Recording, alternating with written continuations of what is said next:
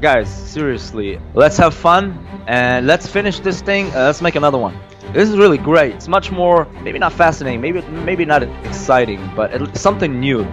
Forget about the rewards. As a matter of fact, at least in my part, I don't really care about the rewards. I don't really care about the status. I don't really care about being in the Hall of Fame or anything. I'm just doing it because it's fun, and we all have our jobs, we all have our lives to live, and if we can put something beautiful, something good into it, all the better. We got enough problems already, and yeah, it's just one way of getting rid of your problems. None of us are saints, no one's insane, and everyone's equally good.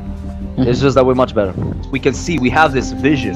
We can feel what other players are gonna do, and you're gonna have to outsmart us. Don't beat the wall with your head. Don't think it's just 1 or 0, computer language. You gotta think, you gotta adapt, you gotta outthink us, and yeah, good luck with that. Alright, 2 elephants have been bribed already. That was a huge move there by Immaculate, but he gets the cap stack and kills a heap of units. This is the kind of fight that I was expecting at this level. Lots of bribes going down right now, but the scouts going crazy. Perfect timing, that's the perfect time. These guys are going to take the Lakota city. Look at that. Oh my god, Sims just lost his capital. I cannot believe it. Alright, yeah, are you seeing this? Are you seeing this? What's happening here? It's a triple. They are going to triple Dragonio. Dragonio has no clue. Dragonio's capital is going down, no doubt about it. Kron has got all his militia right there.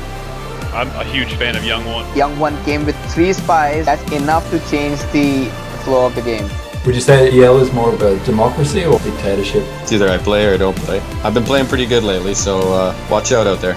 Oh my god, just look at Zen Mechanics footage. He just went for Science 5. Oh, and TNT just decided, F my city, I'm gonna help them. This is a slap on the face for anybody who said the game was over. That was the best comeback ever in the history of Rise of Nations. It was neck and neck, man. It could have went either way. Honestly, it was really close.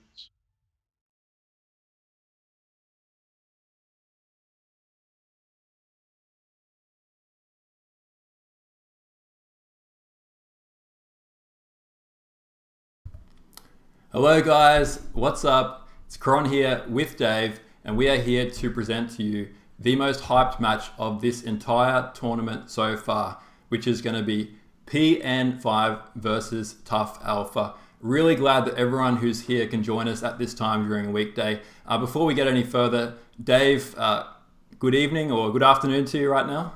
How is it in Hungary right now? It's almost noon.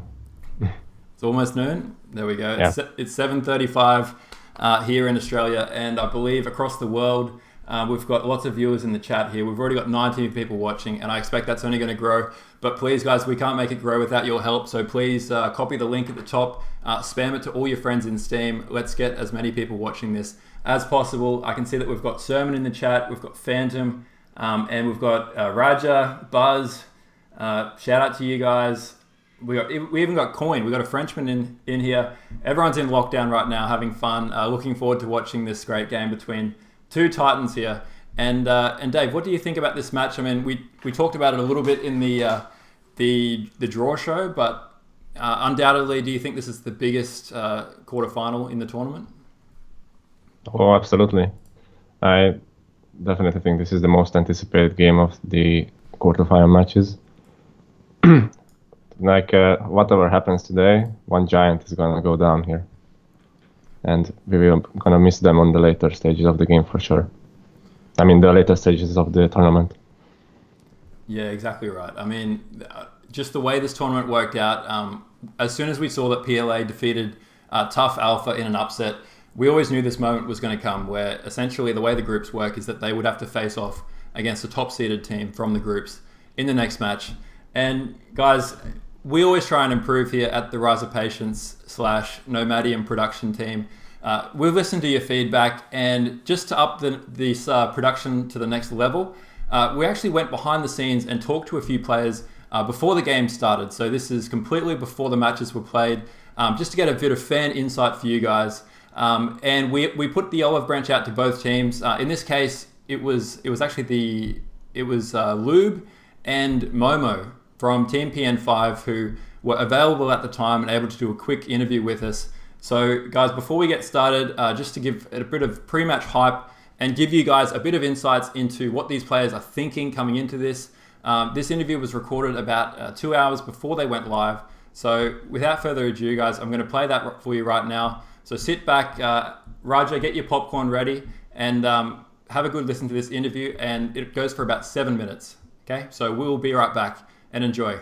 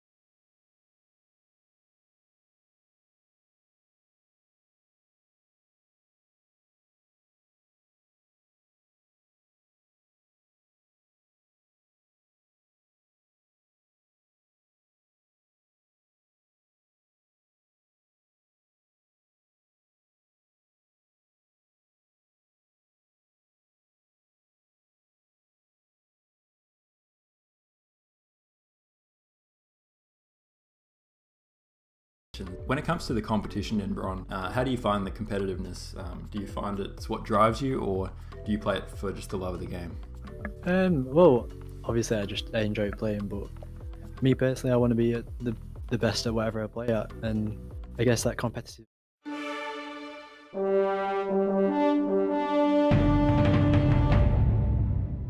All right, guys, I'm here with a pre-match interview with PN5, the amazing Lube, and Momo, aka Charlie Hebdo. How are you guys both going today? I'm good. This is Lube. How's it going? I'm doing fantastic, thank you. Great to have you guys on, and this is a Nomadium first here. We're doing a pre-match interview. First of all, guys, can you just quickly tell our audience just a very quick summary of your background? Yeah, I'll start. So Lube, I am from England. I played Ron since first came out, played on and off. What was it? Oh yeah, I work in the food industry. Just recently graduated, and yeah, it's going pretty good, just in isolation at the moment, so a lot of run time. Yeah, right. And how about you, Momo? Hey, my name is Sam, and I grew up between England and America, and currently I am a software engineer and living in San Diego. Just I work remotely, and this coronavirus shutdown hasn't really affected me too much, so I'm still working full time from my little condo by the beach and playing Rise of Nations in my spare time. Living the life there. And guys, when it comes to Rise of Nations, when it comes to the competition in Ron, how do you find the competitiveness? Do you find it's what drives you, or do you play it for just the love of the game? Well, obviously I enjoy playing, but me personally, I want to be at the best at whatever I play at, and I guess that competitiveness really does drive me wanting to play. I've played games like this all my life, like CSGO, and just football in real life, and, yeah, and I guess that's made me enjoy it, because we have got a lot of good players, and you always want to be the best, really. And growing up, did you play any professional sport? Well, with football, I played at academy level for 11 years, so that was very competitive. And then, not any esport games, but I played CS at quite a high level. I mean, relatively. I was in Global Elite and all that. Yeah, right. And what clubs did you play for in your academy when you were younger? So for 11 years, I was at a mix of Man United, Burnley, and Wigan. Wow. So yeah, that was quite an experience. How about you, Momo? Can you top that, or what's your background as far as playing games competitively? I do not play games competitively. I play games for a laugh. I will try to have as much fun as I can have and have a good time with my friends. Playing Rise of Nations, I used to play with friends, and we were part of a Russian clan. We would get online, we'd all pick Japanese and rush people. We found it quite amusing. And today, I do try to have fun as much as I can playing Rise of Nations. Sending 15 heavy infantry to someone's capital makes me laugh. But playing sports competitively, no, I've never had talent for that. I lack coordination. I do play sports, but it's just suddenly not at Lube's level. It would be embarrassing if we played together. And when it came to, I guess, looking at the draw, was there any particular team you were hoping to draw in the round of 8, or what was your reaction, I guess, when the draw came out? Oh, I had no preference whatsoever. To be honest, I'd rather have a more interesting game at this round. So yeah, I think that this looks like it'll be an interesting tie. I think the all would be pretty difficult. So they seemed pretty similar to me. No real, wasn't taken aback. So yeah, they're going to be a good game. I think they're all, very strong players, and you can't discount any of them. I think Serge probably is the strongest player because he's quite dynamic. And I feel, there are a few weak points. Obviously, they do like booming, and I feel we can maybe highlight that and go on people like Mouse and Coldfire do like to boom and maybe double or triple one side. I mean, I think that's part of our plan anyway. And Momo, do you have anything to add to that? I personally feel that Flames is the strongest out of them in his overall gameplay. I think he's the best team player. Serge equally probably, and Mouse too. So you got three really strong players. TNO and Cold equally strong. You could argue. I would just say that team plays not quite up at that level. But knowing that those are two players that consistently kick my ass. So yeah, it'll be a tough game, definitely. And do you guys know if you're going to play 3v3 or 4v4 at this stage? I think it'll be 4v4, hopefully. I mean, it's better to get everyone involved, isn't it, really? I think we have a little. I think probably our best bet will probably to go aggressive, because whatever happens, TUF will just want to boom. And I think they'll probably out-boom us in terms of ability, so I think just go aggressive, maybe triple aside with Turks or something. I think we can beat them that way. I think, as Loop said, we should go aggressive. I think it's better to play on the front foot and boom at the same time. You can play Despot and still match everyone for aging and everything else. And you spare a lot of your population for army as opposed to economy at that point. My personal view on the water maps is that people use too much of their population for economy and don't focus enough on building troops. So even if it fails, I'll just keep persisting and keep building up an army and go again and again. So, and just for that first map, I don't know if you guys have thought about it too much yet, but how do you think, what's your ideas? The tiers 1, 2, 3, 4 on Great Lakes, what nations do you personally think are the best for Great Lakes? It depends what you're going for, but like I said, we're going for a rush probably, and I'd say that Turks would be good for that. I think Chatting was probably planning on going Bantu, which are always good on Great Lakes. And then just Fast Nations and the other picks that can go aggressive, probably like Maya for tier 4. I was thinking that's probably what I'd want to go for. You go Maya, and then tier 3, which is the best nation you think that would align with that strategy? French. Let's get some healing going while we're just powering down one of these alleyways on Great Lakes. Yeah, Com2 French would be very nice. So this is pretty exciting. Like, as viewers, this is really great insight you guys are providing us, because knowing in advance that as viewers we can expect to see probably some aggression on Great Lakes, obviously barring a change of mind, is going to make it quite interesting to see, how you guys play, and also keep an eye out for that strategy, and also to see how TUF react. So is there anything that you think TUF might do which might throw you off your strategy? You can never predict what the enemy's going to do. They'll have something up the sleeve. I think Serge will probably have some plans, maybe some cap sacks or something. Mouse will probably try and go for wonders, but we'll see, won't we? Absolutely, yeah. No, this is going to be a blockbuster, and obviously it's a best of 5, so it will be a long drawn out fight, I'm sure. But as on behalf of everyone watching, I'm sure we can't wait to get into the games. So thank you guys both again for coming on for this pre-match interview. And wish you both the best of luck. And is there anything you want to say before we start the games? Nothing from me. Good luck to both teams, and thanks for having us. No worries. All right, we'll cut back to our coverage now. Thanks again, guys, for coming on. And we'll get the game started shortly.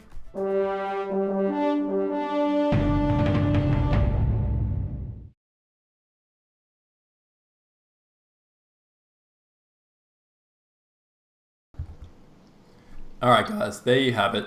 We've just heard from both Lube and Momo. They're giving us some of their insights before the match starts. There you have it. We've just heard from both Lube. I got to put myself on mute there. And so you can really, what did you think, Dave? Does that give you a bit of insight into, we've never had this before. We've actually heard from the players before the match starts. Obviously quite aggressive is what they're thinking. How do you think this is going to play out? It was interesting to hear that they might not go with the traditional approach on water maps, which is booming. And it could give a real fear to TUF, seeing what they pick on water maps now. I'm definitely intrigued by this. And also I love the fact that Momo pointed out that many players don't manage their population so efficiently. They put too many on economy. And that's a pattern that I definitely noticed as well. Yeah, definitely. I mean, that's something that I think Momo's insight was basically he likes to go despot because it almost forces him to build units instead of building eco. And then he uses that to gain an army advantage in size and then try and, constantly put his opponents under pressure. But yeah, very interesting strategy, especially on the fact that it's on Great Lakes, which is such a typically a booming map, one that you see a lot of wonders on normally. And they basically hinted that they are planning to go for some kind of wild, aggressive nation pick, such as going Turks. So going to be really fascinating to see how this plays out. But yeah. Just one thing, sorry. It seems my picture is stuck on the stream. Oh yeah, okay, 1 second. We don't want that at all, so I will fix that up right now. Okay, that should be fixed now. So we don't want to see a static image. So no, thanks for pointing that out. And I think we should be right to go. So guys, strap yourselves in. I hope you've already got your popcorn and your Coke ready, because, and they're not sponsors either. I mean, Coke, if you're out there, feel free to sponsor us as a corporate sponsor, and I'll happily encourage the benefits of drinking sugary drinks. And I won't talk anything about the bad health effects it'll have. In fact, I've even got a vanilla Coke right here. So enjoy the smooth, delicious taste of vanilla Coke as we enjoy this game. Ready to switch into the game now. I'll just bring it up now. So I'm at the 0 second mark, Dave. So when you're ready. I'm ready. Alrighty, let's go. 3, 2, 1, let's start. Alright, I am pumped about this.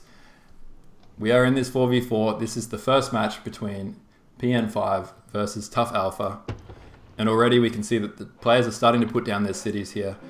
We've got Surge at the top left here playing as Mayor. The top right hand side we've got TNO playing as Egypt. We've got Coldfire playing as Bantu on the right hand side. And finally we have Mouse here playing as French on the left. And the first thing I can see is that a really, really great spot here for TNO playing as the tier 1. He's gone for Egypt.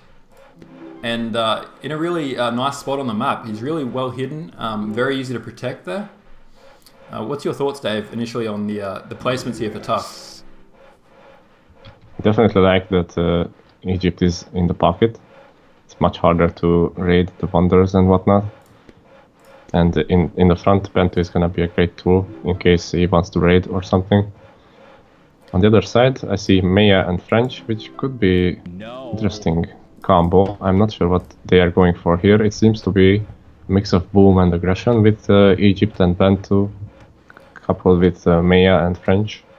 Yeah, we do have for PN5, so we've got Momo, aka Charlie Hebdo, playing as Koreans on the right-hand side. We've got Lube playing as Turks. And then finally we've got Jatin playing as British. And Proles playing as Indian. So already I feel like, obviously that's some pretty good pairings. I feel like Lube and Momo have some good chemistry together, as well as Jatin and Proles play a lot together as well. So if they do end up pairing off into 2v2s, that might be in PN5's favour to be playing with someone they're familiar with. Do you think that's going to play much of a factor? Yeah, and I also think that PN5 is most definitely on voice chat, but I don't think TUF is. I've seen them type in the chat, so I would suggest to leave the POV on them so we can see the chat and see how they talk and strategize maybe. Yeah, definitely. And I think just some insight there too is that I did speak to some of the guys from TUF, and I believe the reason they don't use voice chat is actually because certain players, such as Mouse, find it quite distracting, and there's certain players that just like to go into their zone and not be clouded by people talking and interrupting their flow. So yeah, the advantage for us as viewers is that we should be able to see what they type to each other, rather than the PN5 guys who will be on, who definitely use Discord, I believe, for this match, and they often use Discord. Yeah, actually, I can see why Mouse says that, because I myself am more of a introvert myself, and I prefer to focus on the game for the most part. So I won't be constantly talking in the voice chat either. And you can see that some of the rares at this stage for PN5, they've got Obsidian, Amber, Cotton, and Horses so far. So probably more lending towards an attack, would you say, with those rares, as opposed to a longer booming game? Yeah, for sure. And the fact that they have Turks is gonna have a great psychological impact on the enemy team, because the Turks is on the same side as the Egyptian player. And they can go just the other side as well, if they want to. Yeah, absolutely. That's the thing about Turks, is you never know where those siege are going to pop up. And I think that that's something that's really going to be the key focus here as we watch this game play out, is the way that Lube and Momo kind of attack this game and where they build their cities.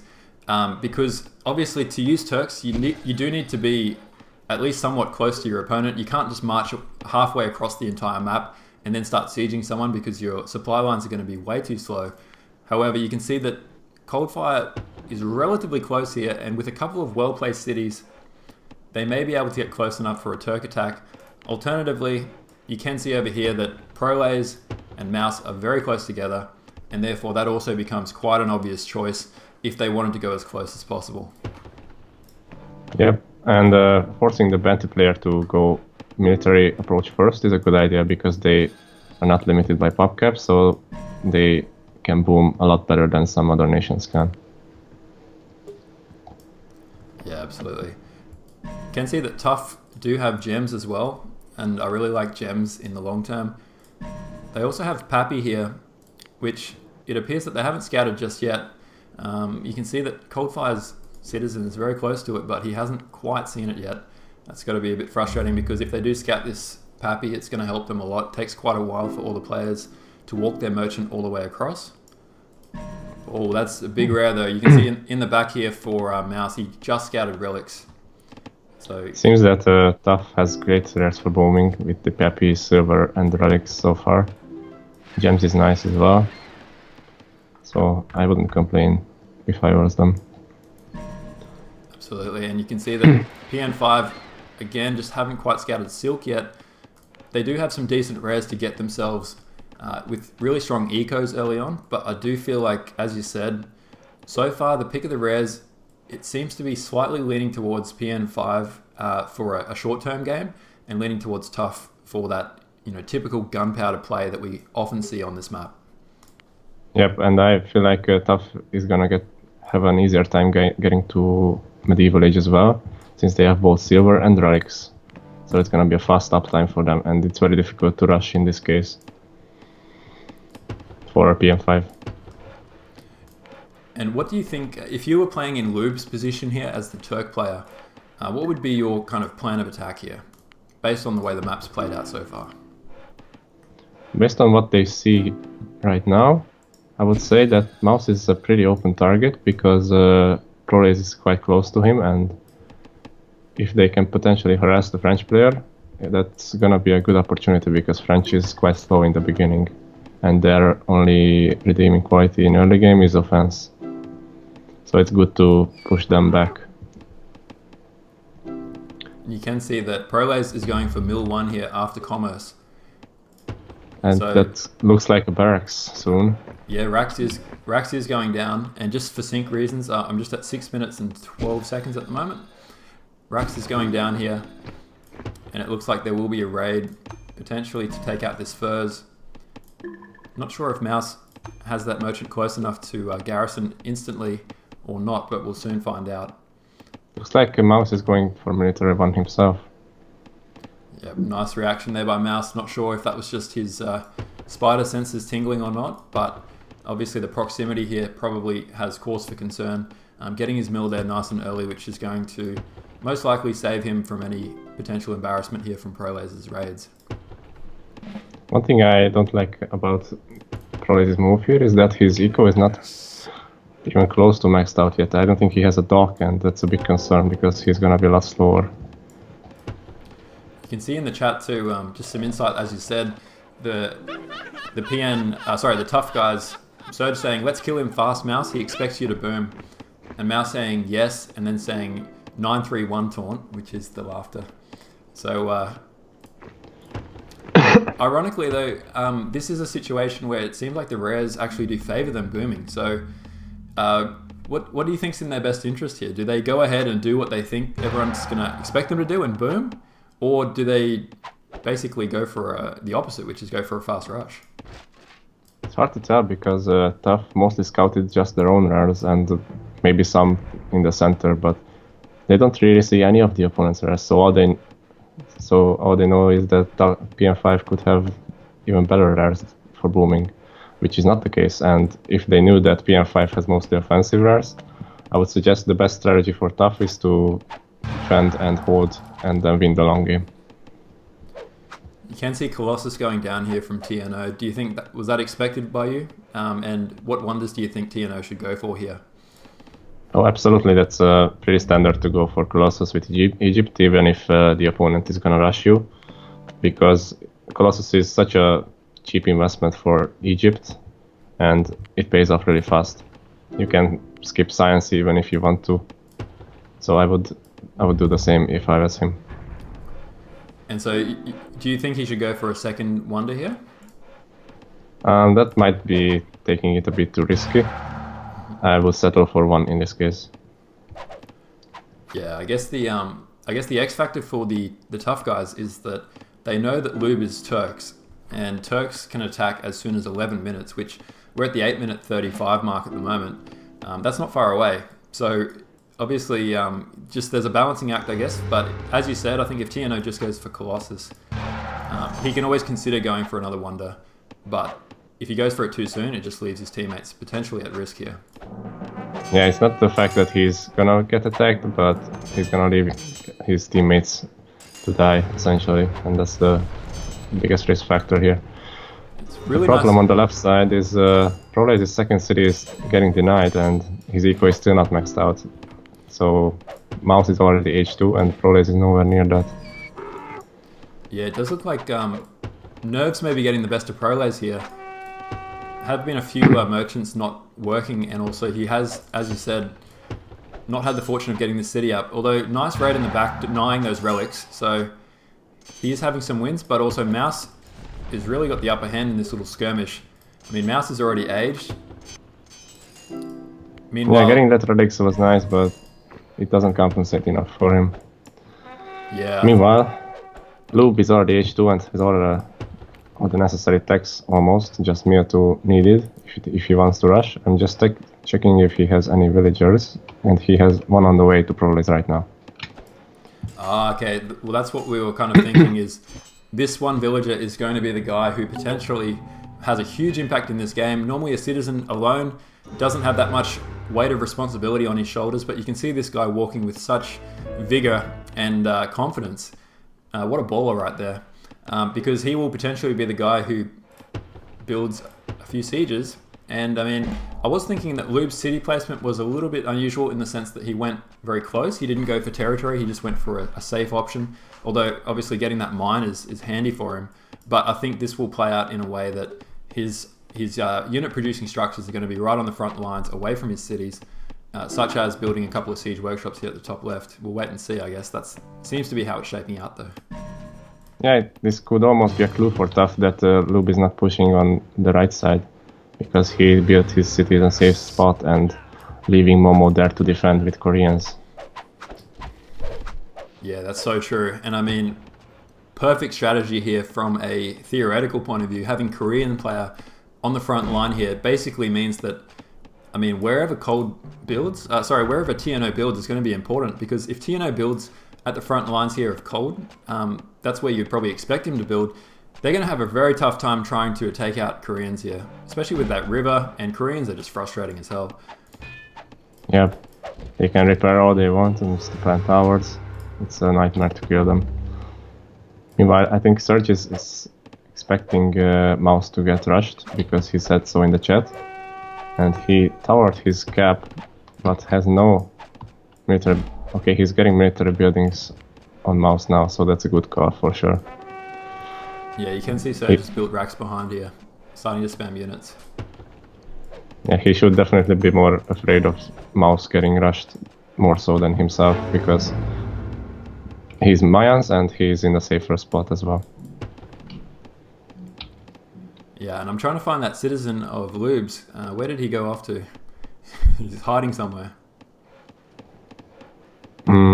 Maybe he's going back. He's walking back. Oh, he walked all that way. Just a bit of long distance running there just to keep the heart healthy. I'm not sure if he's on his own, so socially isolated at the moment. So he's following the government directives. But that's a long way to walk for a false alarm. I wonder if they had a change of heart.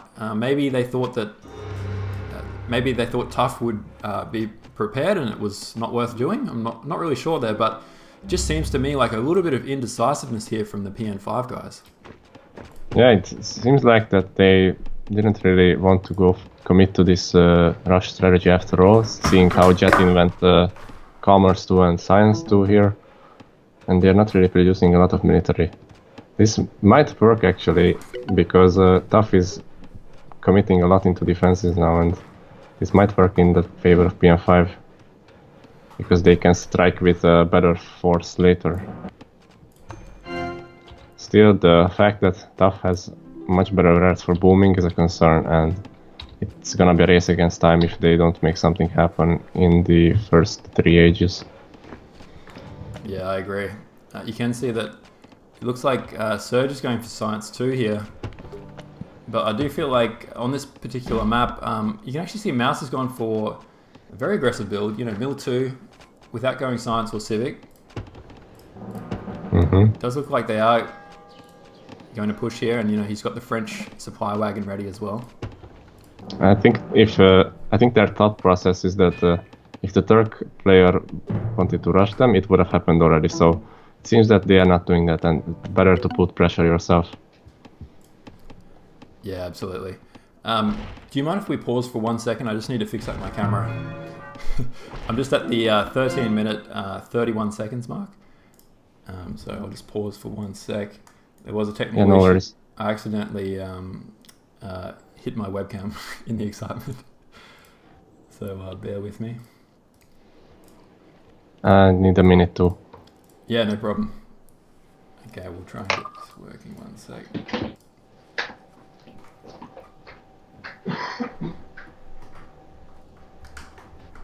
Yeah, rest in peace, webcam. Rest in peace. It's not playing ball at the moment. I will try and see if this will work.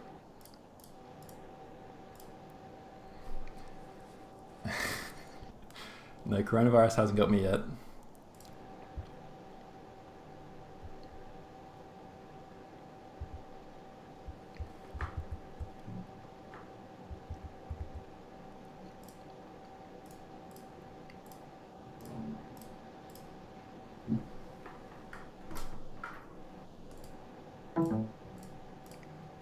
Yeah, this is not good for my webcam's health. I don't think it's liking this so far.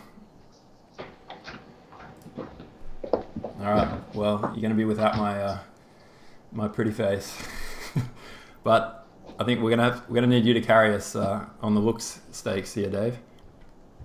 You couldn't fix your cam? No, it's not working. So I'll leave yours on. All right then. All right. We're at the 13 minutes, 31 seconds mark. You right to go? Yes. All right, 3, 2, 1, let's go.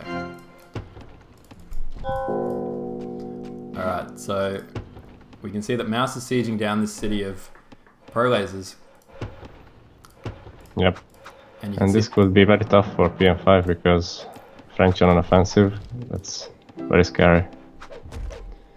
Yeah, it does look like they are starting to panic a bit. 2 towers going down. They know that the gravity of this threat. One lookout there, which is going to help delay the capture of the city. But you can see that there's no attrition. Sorry, not no attrition. There's no militia nearby that they can pull to help defend here. Yeah, and I don't think that towers are the best idea against French, since they can heal up, and it's better to have army than towers in this situation. I don't know why Jetin is not researching government still. I think he should have already done that by now. And the senator near Proles would help a lot in defending. Yeah, that's so true. Where is senators? Where is the senator of Proles here? He doesn't have one either. You can see no government. The temple is. Oh, he doesn't either. So the temple has gone down. That's going to buy them time. But look at this army here from the TUF guys, showing that they're not one-dimensional. I mean, often people say that Mouse is just a boomer, but clearly he's pulling out and ripping up the playbook here. And this is the first game for everyone watching. It is 0-0. This is the first match of TUF versus PN5. This is the quarterfinals of Nomadium 2. Winner progresses to the semis and the loser is out of the tournament. So high stakes here. Yeah, definitely.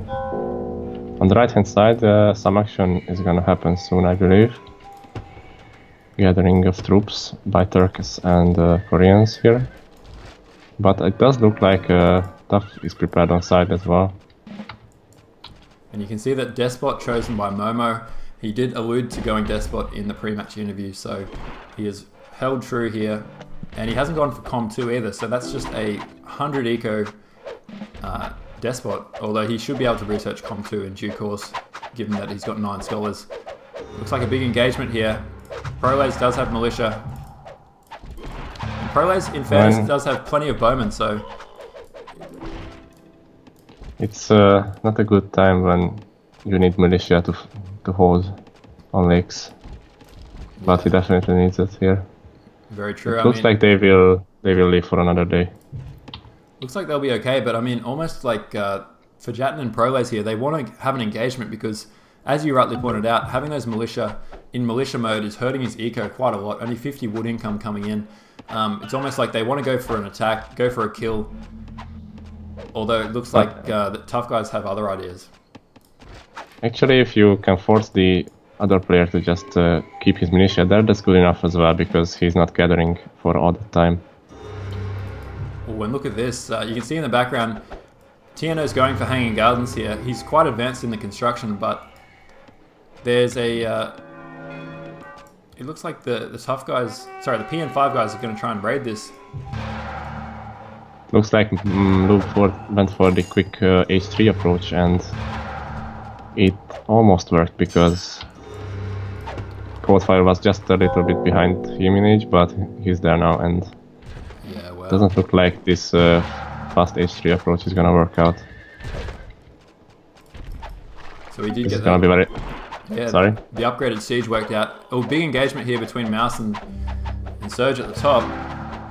I like this engagement for PN5. They need to try and get a favourable engagement here, but, you know, getting healing, double healing too, it appears, with the Senator and with the supply wagon here. That's This does not look like a good fight for PN5, even though they have the numbers. That's because Floyd is losing militia and the opponents are H3. Yeah, exactly. It's almost like they're doomed if they do, they're doomed if they don't.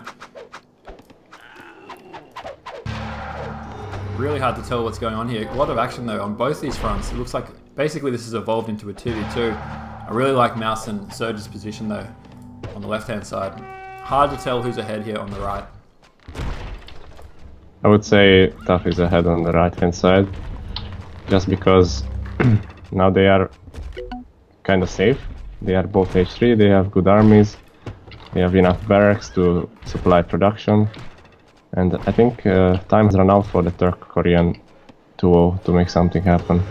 It just feels like this is gonna be an uphill battle from now on. Yeah, it does get into dangerous territory. Once we're at the 18-minute mark, we're well and truly into the mid-game here. And Turks, generally speaking, they go for it. You know, they excel when they go for the shock attacks at about the 11, 12, 13-minute mark. However, at this point, plenty of towers, and I like the positioning of their towers behind the cities too. They're not easy to snipe, and it makes it a lot harder for the Turk player to simply kill the towers and then move their army and capture the city. Yep. I'd like to point out that Surge is grabbing a lot of land in the center. He did secure salt for his team, which is very nice because both TNO and Coldfire can mess up a lot of army with all that extra pop cap. And also he can annoy PN5 from the middle as well. Yeah, absolutely. This is gonna be a thorn in PN5's back. Oh, that's going to be a massive thorn. I mean, this just opens up so many pathways where basically Surge can go on and attack Lube, he can go on and attack the back of Jatten's base. And yep. yeah, it's just a pivotal kind of real estate on the map. To have that castled up is a really good move. A big problem that Prolase is still in H2. And I feel like he's too far behind to really make an impact for some time. Yeah, although Jatten has an excellent economy though. So I feel like whilst Prolase may be weak for quite some time here, he's got enough scholars to be in it. It's not like he hasn't built universities. I do agree that he's behind, but I don't think it's a fatally behind kind of situation. Although they have to be really careful though. He's not dead, and he's not gonna be dead for some more time, that's for sure. The problem for him is that Gunpowder Age is really far. Meanwhile, I think on the right hand side they're slowly trying to push, but it just becomes harder and harder since Bantu and Egypt with Colossus can spam so much more units than them. And it's very hard to fight under enemy territory because enemy has healing and you don't. Yeah, exactly. You can see that Jatten has forced back Surge here, but Surge has actually come around to the right hand side. It looks like he's going for a force march here against Prolase, trying to separate Jatten and Prolase into two, and then going for the 1v1 against Prolase, who he knows he's potentially stronger than. He's denying the castle as well. This could be a big blow if Jatten loses the villagers because he has to transport another one from home. Very true. It looks like this castle is close to going up though. Oh, yeah, it looks like it will go up, but... Sorry to interrupt. There's a march here on the right hand side too. It looks like Charlie and Lube think this is the time to go for it. They want that Turk player to get the sack if they can, but a lot of units defending as well. I don't know if they're going to have enough here. They both have huge armies, but I mean, the Turk player's got plenty of range on those sieges. I really like the way that TUF are doing this. They're defending this almost perfectly. Yeah, they're not overextending their armies. They're just on stem ground and letting their archers fire. That's the perfect way to defend in this position. Although I'm worried about Coldfire here. He's lost a lot of units just from getting in range of those archers and crossbowmen on the other side. I mean, yeah, I think TNO did a better job of preserving his army. Yeah, TNO Coldfire definitely lost a lot of...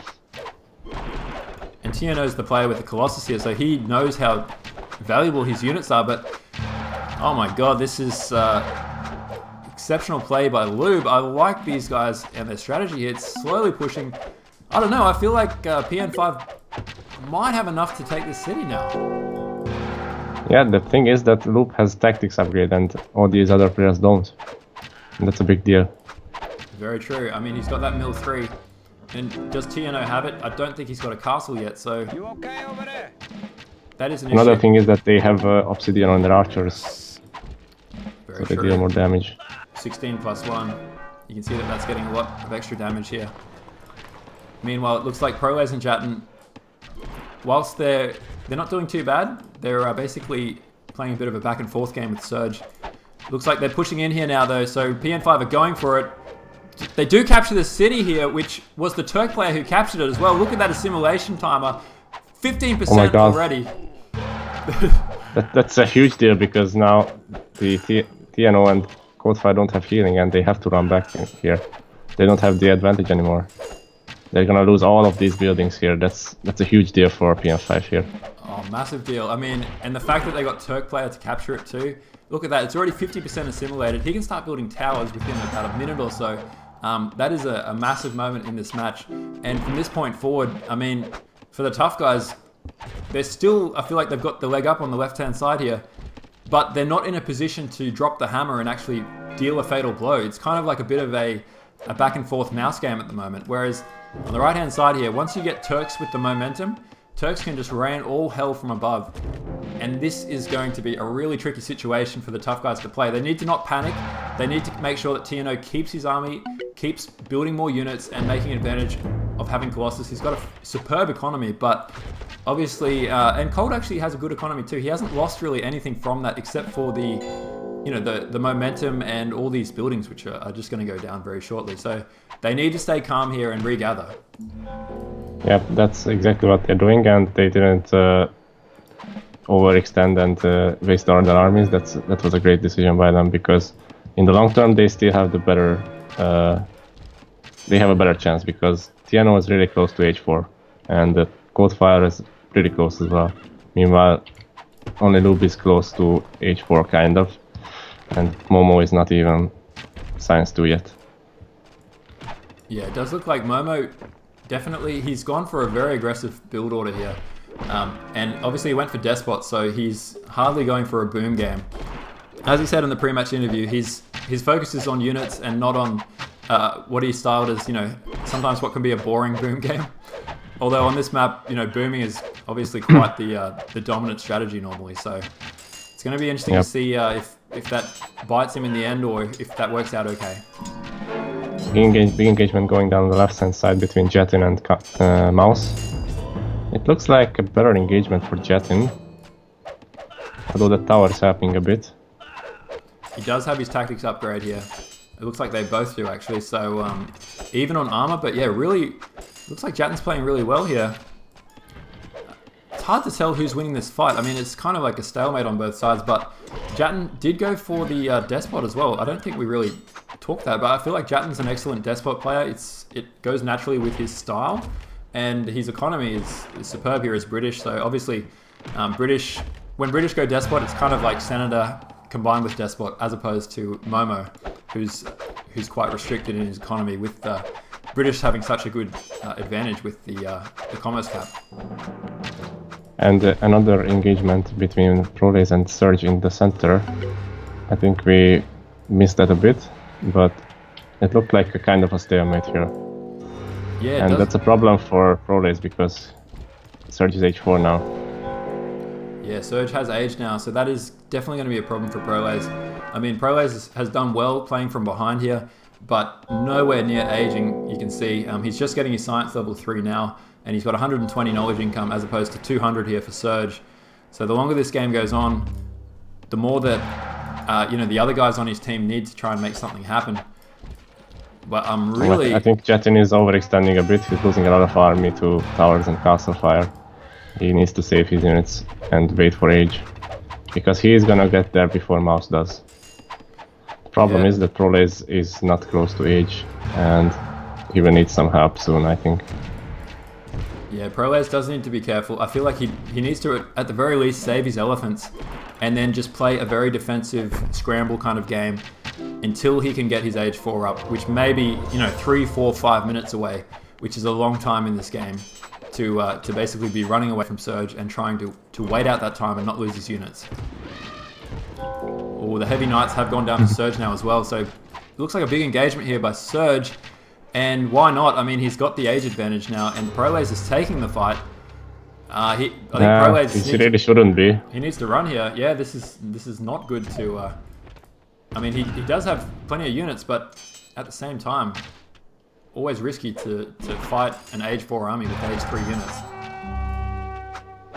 And on the right hand side we see a bit of a pushback, because both Tiano and Coldfire are age 4 like we predicted, and Momo is not there yet. And that's gonna be a problem here, because Lube is gonna be alone in age 4, and he cannot really make a lot more units until he researches level 4. Yeah, and Lube has got his age 4 now. Units are still upgrading by the looks of it. Oh, look at those sweet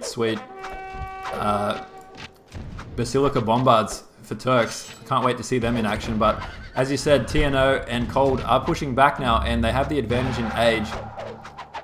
some brilliant fights here. This is what it's all about. This is what the people came to see. And so far, these two teams are definitely delivering a very exciting match here in this opening match. The fact that TUF has these libraries has really paid off for them. They survived the initial dangers of Turks and Koreans, and even on the other side they did well. And looks like they are gonna win in the long game, because all of them are H4 and still 2 players on PN5 are H3. Yeah, that's Does not look like PN5 can make progress on either side. Yeah, I mean, PN5, they had a great breakthrough on this city that set TUF guys back a lot, but they did the right thing. They pulled back, they didn't lose their heads, and they basically regathered. And I mean, the fact is, we haven't really talked about it too much, but I mean, this is Great Lakes, and on Great Lakes, Colossus and Hanging Gardens are basically the best 2 buildings you could possibly get, because they're just so incredibly powerful on a map like this, which is so restricted in your movements to these laneways. So great eco there by TNO, and I mean, a good choice by the TUF guys going for Egypt. I mean, that's kind of like the default metagame for this map, but having said that, you know, it's paying off. It's the default metagame for a reason. Yeah, it seems like the Turk pick for PN5 did not work out so well. They were kind of indecisive on what to do in the early game as well. They maybe planned to triple a mouse, which looked like a good idea to me as well. I wouldn't have minded that. But they ended up going for a quick H3 attack with Momo, and it didn't quite give them the push that they needed to finish off any player on TUF. Yeah, you can see that Chatton's gone for Monarch here. Both him and Mouse both have Monarch. A fight here between Proles and Surge as well, but still it's it's Crossbowman versus Arquebesias here, so never going to end well. Yeah, never going to end well in the long term. And you can see this Forbidden City. What do you think of this Forbidden City placement? Is that good strategy, or is that a little bit of cockiness, or is that a bit of both? I don't know if I like the position of it. I guess he's confident that he cannot be pushed back, and he just builds it here to proceed even further into enemy territory. So it's not bad. And it does look like Science 4 has gone down now for TNO, so he is well and truly charging for that boom. He's already got the upgrade at his library for the 600 wood, and 340 knowledge income coming in. Yep, it does not look like they will lose this game. Although, one thing I will point out is that TNO has neglected to go for his Monarch yet. He's actually prioritized going Science over Mill or Monarch. What do you think of that move? Is that risky, or is that something that you think is smart given the circumstances here?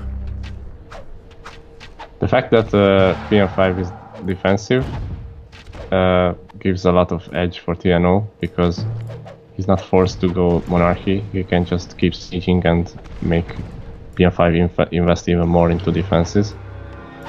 It is risky though, because if PN5 can push back, then the Monarchy is gonna be very much needed for him.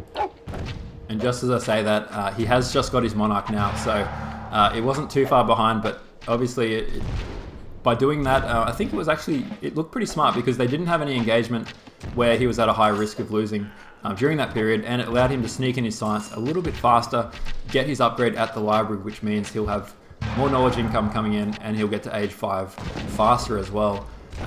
Do you think at this current trajectory we're going to see Enlightenment Age coming up soon? Only if PN5 is stubborn and doesn't want to resign, because I don't think they have a chance of winning at this point. TUF could finish the game in H4, but H5 is not too far away from TNO and especially Surge. Yeah, you can see this castle of Momos here is getting bombarded down.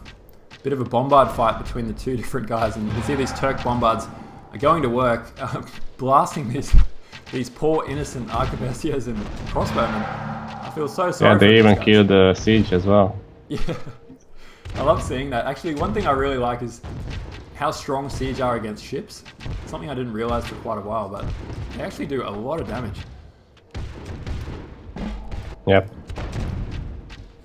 And they are quite long range as well, so they cannot be ranged by the enemy bombards. Yeah, this poor bomb vessel is getting sunk by cannons on the land there. It does look like Cold and TNO are slowly pushing in, tightening their grip around this city. Do you think they've got enough to capture it here? I don't think so, but this is just a buy time, so they can go H5, I think. There's no rush for them, since they have the better boom and the better libraries. It's interesting, if you look at Lube's army here, he has a huge number of units. It's almost like you'd think he's the Colossus player. In reality, he's actually just got peacocks and just built a very big army of, about 16 heavy cavalry, 16 arquebusiers, and a smattering of other units here.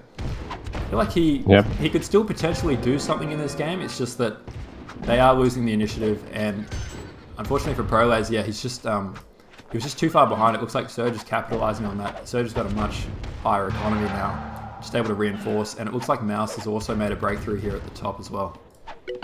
Yeah, Mouse did capture that city of Chennai, and from now on, stopping French is gonna be almost impossible. Feels like PN5 is losing on all fronts. Lube is trying to make a pushback here. Yeah, this big pushback here. And this is definitely, he's got the army to do it. I don't know who's going to win this fight, to be honest. I think Lube has as good a chance as any here. He's got an absolutely massive army. Lube is winning this fight for sure. Yeah. And TUF realizes that, and then they run back. That's a smart move. And I mean, yeah, I agree. That is definitely a good pullback there. Because if they had sacrificed their army there, they would have needlessly put their team at risk, I feel. You can see in the chat. Lost his monarch in the meantime, but I don't think it's gonna set him back too much. You can see that Mouse in the chat just saying hold there. Mouse knows that they've won this game on the left-hand side, but he does not want his teammates to needlessly throw additional risk out there when they don't need to. All they need to do is basically hold, and TUF have won this first match. Yep, it does look like the game is over at this point.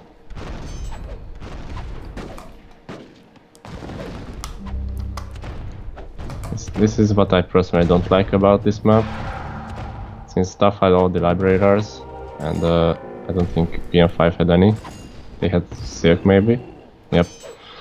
Yeah, and you can see that kinda tilting the balance that PN5 has to make something happen earlier, and they couldn't do it. Yeah, it is part of Rise of Nations, I guess. Yeah, the rares, you can never control which rares you do get, but you just need to make the most of what you are given. And it looks like TUF have well and truly done that. And despite the fact that they've got boomy rares, they did go for a fairly early aggression on the left-hand side at least. So, interesting the way this has played out. I do feel like, with the benefit of hindsight... Big engagement going down on the right-hand side. It looks like PN5 is going to make a push again.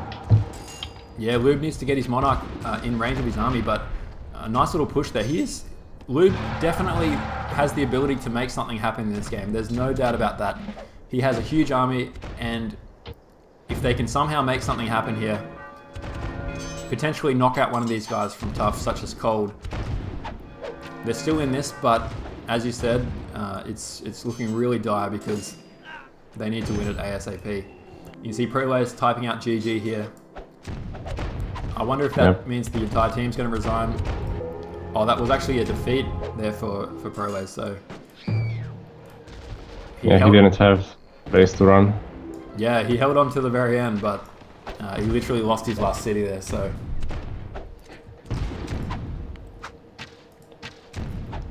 It's a bit of a shame because I didn't expect Momo and Loop to make another pushback here, but they did. I don't think they will win still, but it was closer than I expected on the right-hand side. Yeah, I feel like if the other four players were out of this match and it was just Lube and Momo versus Cold and TNO, I feel like Lube and Momo have enough to win this 2v2, but they just don't have time on their side.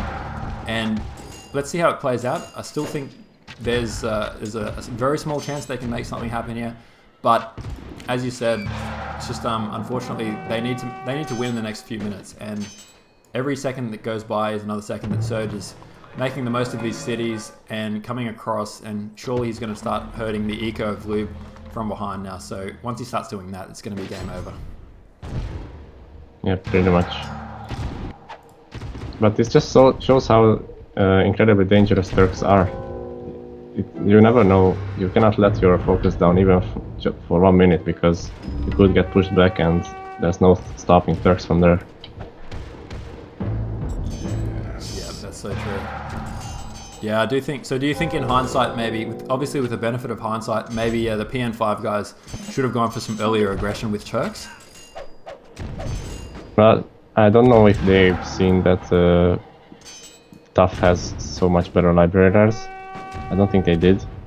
So it's hard to make a decision at that stage. And going for a risky all-in rush in H2 can backfire very easily. Oh wow! So, sorry to interrupt you. Cold does lose his capital here, which is a big deal. He can't build Forbidden City. Oh yeah, that is true. The problem is that Serge is already pushing Lube on his home territory, and that means losing his eco as well. So I don't think they can hold this capital here. Yeah, so true, so true. I mean, yeah, if only this had happened a few minutes earlier. Unfortunately, that timer as well, it's 7 minutes. That must feel like an eternity for these guys. They are calling GG here, so tapping out. But yeah, wow, what a game. That was absolutely insane. Let's have a quick look at the stats. But well played to the TUF guys here. That was an incredibly hard-fought match by everyone involved. And yeah, it worked out really well in the end there. Some nice rares, but at the same time, I don't discount the play there by TUF whatsoever. Really nice, well thought out decisions. Let's have a look at the military stats. So we've got Mouse had 150 kills to 73 deaths. That's quite the ratio. Similarly, you got Lube there with 144 to 69. It seems like I actually thought. Who do you think was the standout players from your perspective there? For me, on PN5's team, Lube was the MVP, and you cannot really pick one player from TUF. I think they all played really solid. I think Mouse, with the early defense against Prolaze's raids and then putting pressure, was really a key player on the left-hand side. Yeah, no, I agree. And economy-wise, it looks like, surprisingly, Jatton actually had the best food income there. TNO, best timber and wealth, and then the best knowledge in the game was Surge. So I'm actually a bit surprised by that. I don't understand necessarily how Surge got such a high knowledge income. Maybe it was just scholar spam towards the very end. Might have ticked him over, but he didn't have Hanging Gardens, so... He did invest a lot into scholars and not so much into military in H4 because he knew that Prolaze is behind to age, and I actually like that decision because no matter what, they were gonna win the left-hand side anyway, so why not invest more into Boom? Yep, very true. And if we just have a look at the resource graph, this kind of tells the story of the game here. You can see that both Momo and Prolaze, more Prolaze because of those early raids and slowing him down, and then Momo because he went Despot, always a bit risky. Just their ecos were quite a distance below the rest of the pack here, with TNO just on top, but TNO wasn't crazily on top, despite the fact that he had Colossus, so it's kind of interesting to note as well. And then look at this military graph at the end. Just Lube's army was absolutely huge, biggest in the game by far, despite the fact that he didn't have Colossus. But yeah, it just wasn't enough there. Enough to get the Coldfire's cap sack at the end, but that's more just a consolation victory there. That was not, not enough and not fast enough, unfortunately, if you're a PN5 fan. But if you're a TUF fan, obviously, fortunately, it wasn't enough, and the TUF guys were able to win it. So, great game. What do you think? Should we jump straight into game number 2? Do you need to grab a drink of water? Anything like that? I think I need just 2 minutes. Maybe you can try to fix your cam in the meantime. I don't know what's wrong with that. Yeah, I don't know what's wrong with it either, but I'll try and fix it now. Okay, so bear with us, guys. Everyone in the chat, please don't go anywhere. You may see the screen buffering for a second. That's just me trying to quickly restart my streamer, and we'll be back in just 1 moment. Stay with us.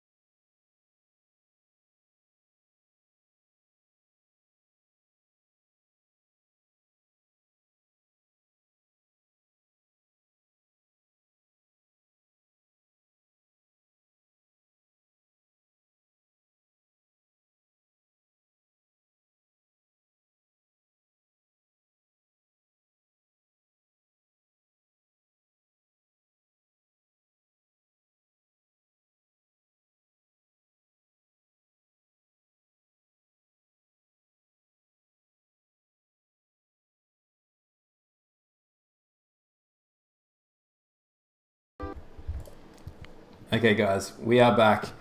Thanks for your patience there, and my webcam is now working again, so hello world.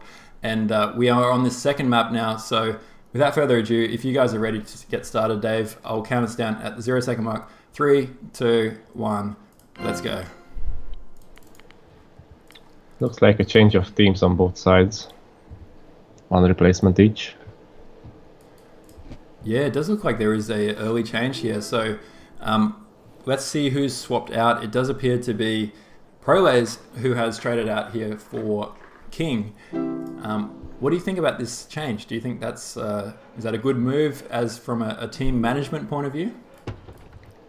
Well, we don't know whose decision that was, but given the fact that Proles was kinda overwhelmed in the last game, maybe it's better that he takes a break and gather himself for another game. Mentally, I mean. So I think that's a good call. Yeah, that's very true. And I mean, let's have a quick look at the maps. We'll bring up the nations so we can have a good gander at who they've picked here. So TUF have actually gone from tiers 1 down to 4. They've gone Surge with Turks. They've gone TNO with Americans. They've gone Flames with Aztecs. So we've got Flames here subbing in here on behalf of Coldfire. And then we've got Mouse as Chinese. On the other side, we have Momo with Japs, Lube with Bantu, Aztecs for Jatin, and we've got Chinese for King. What do you think about the way these nations are split up here? Looks like mirror picks on the tier 3 and 4. That's interesting because I didn't expect both sides to go for Aztecs on this map, but I like it because there's a lot of opportunity for plunder on both land and water, so it's gonna be interesting, and Aztecs are super strong in H4. Yeah. And regarding the tier 2 and 1 picks, they are very decent as well. If I like the American pick actually because there's no Egypt on the other side, so he can potentially grab good wonder, and Turks is such a wild card to have. And something that I think will be really interesting here is the fact that both not both Turks, but both tier 1 players have spawned quite close to an opponent here. Turks being Surge, he's very close to Jatin, who's the Aztec player. Whilst on the other side, you can see that Japs has spawned really close to China. So it's going to be interesting to see if they try and push their weight around as the tier 1 nations here, or if they sit back and just decide to take a more conservative approach.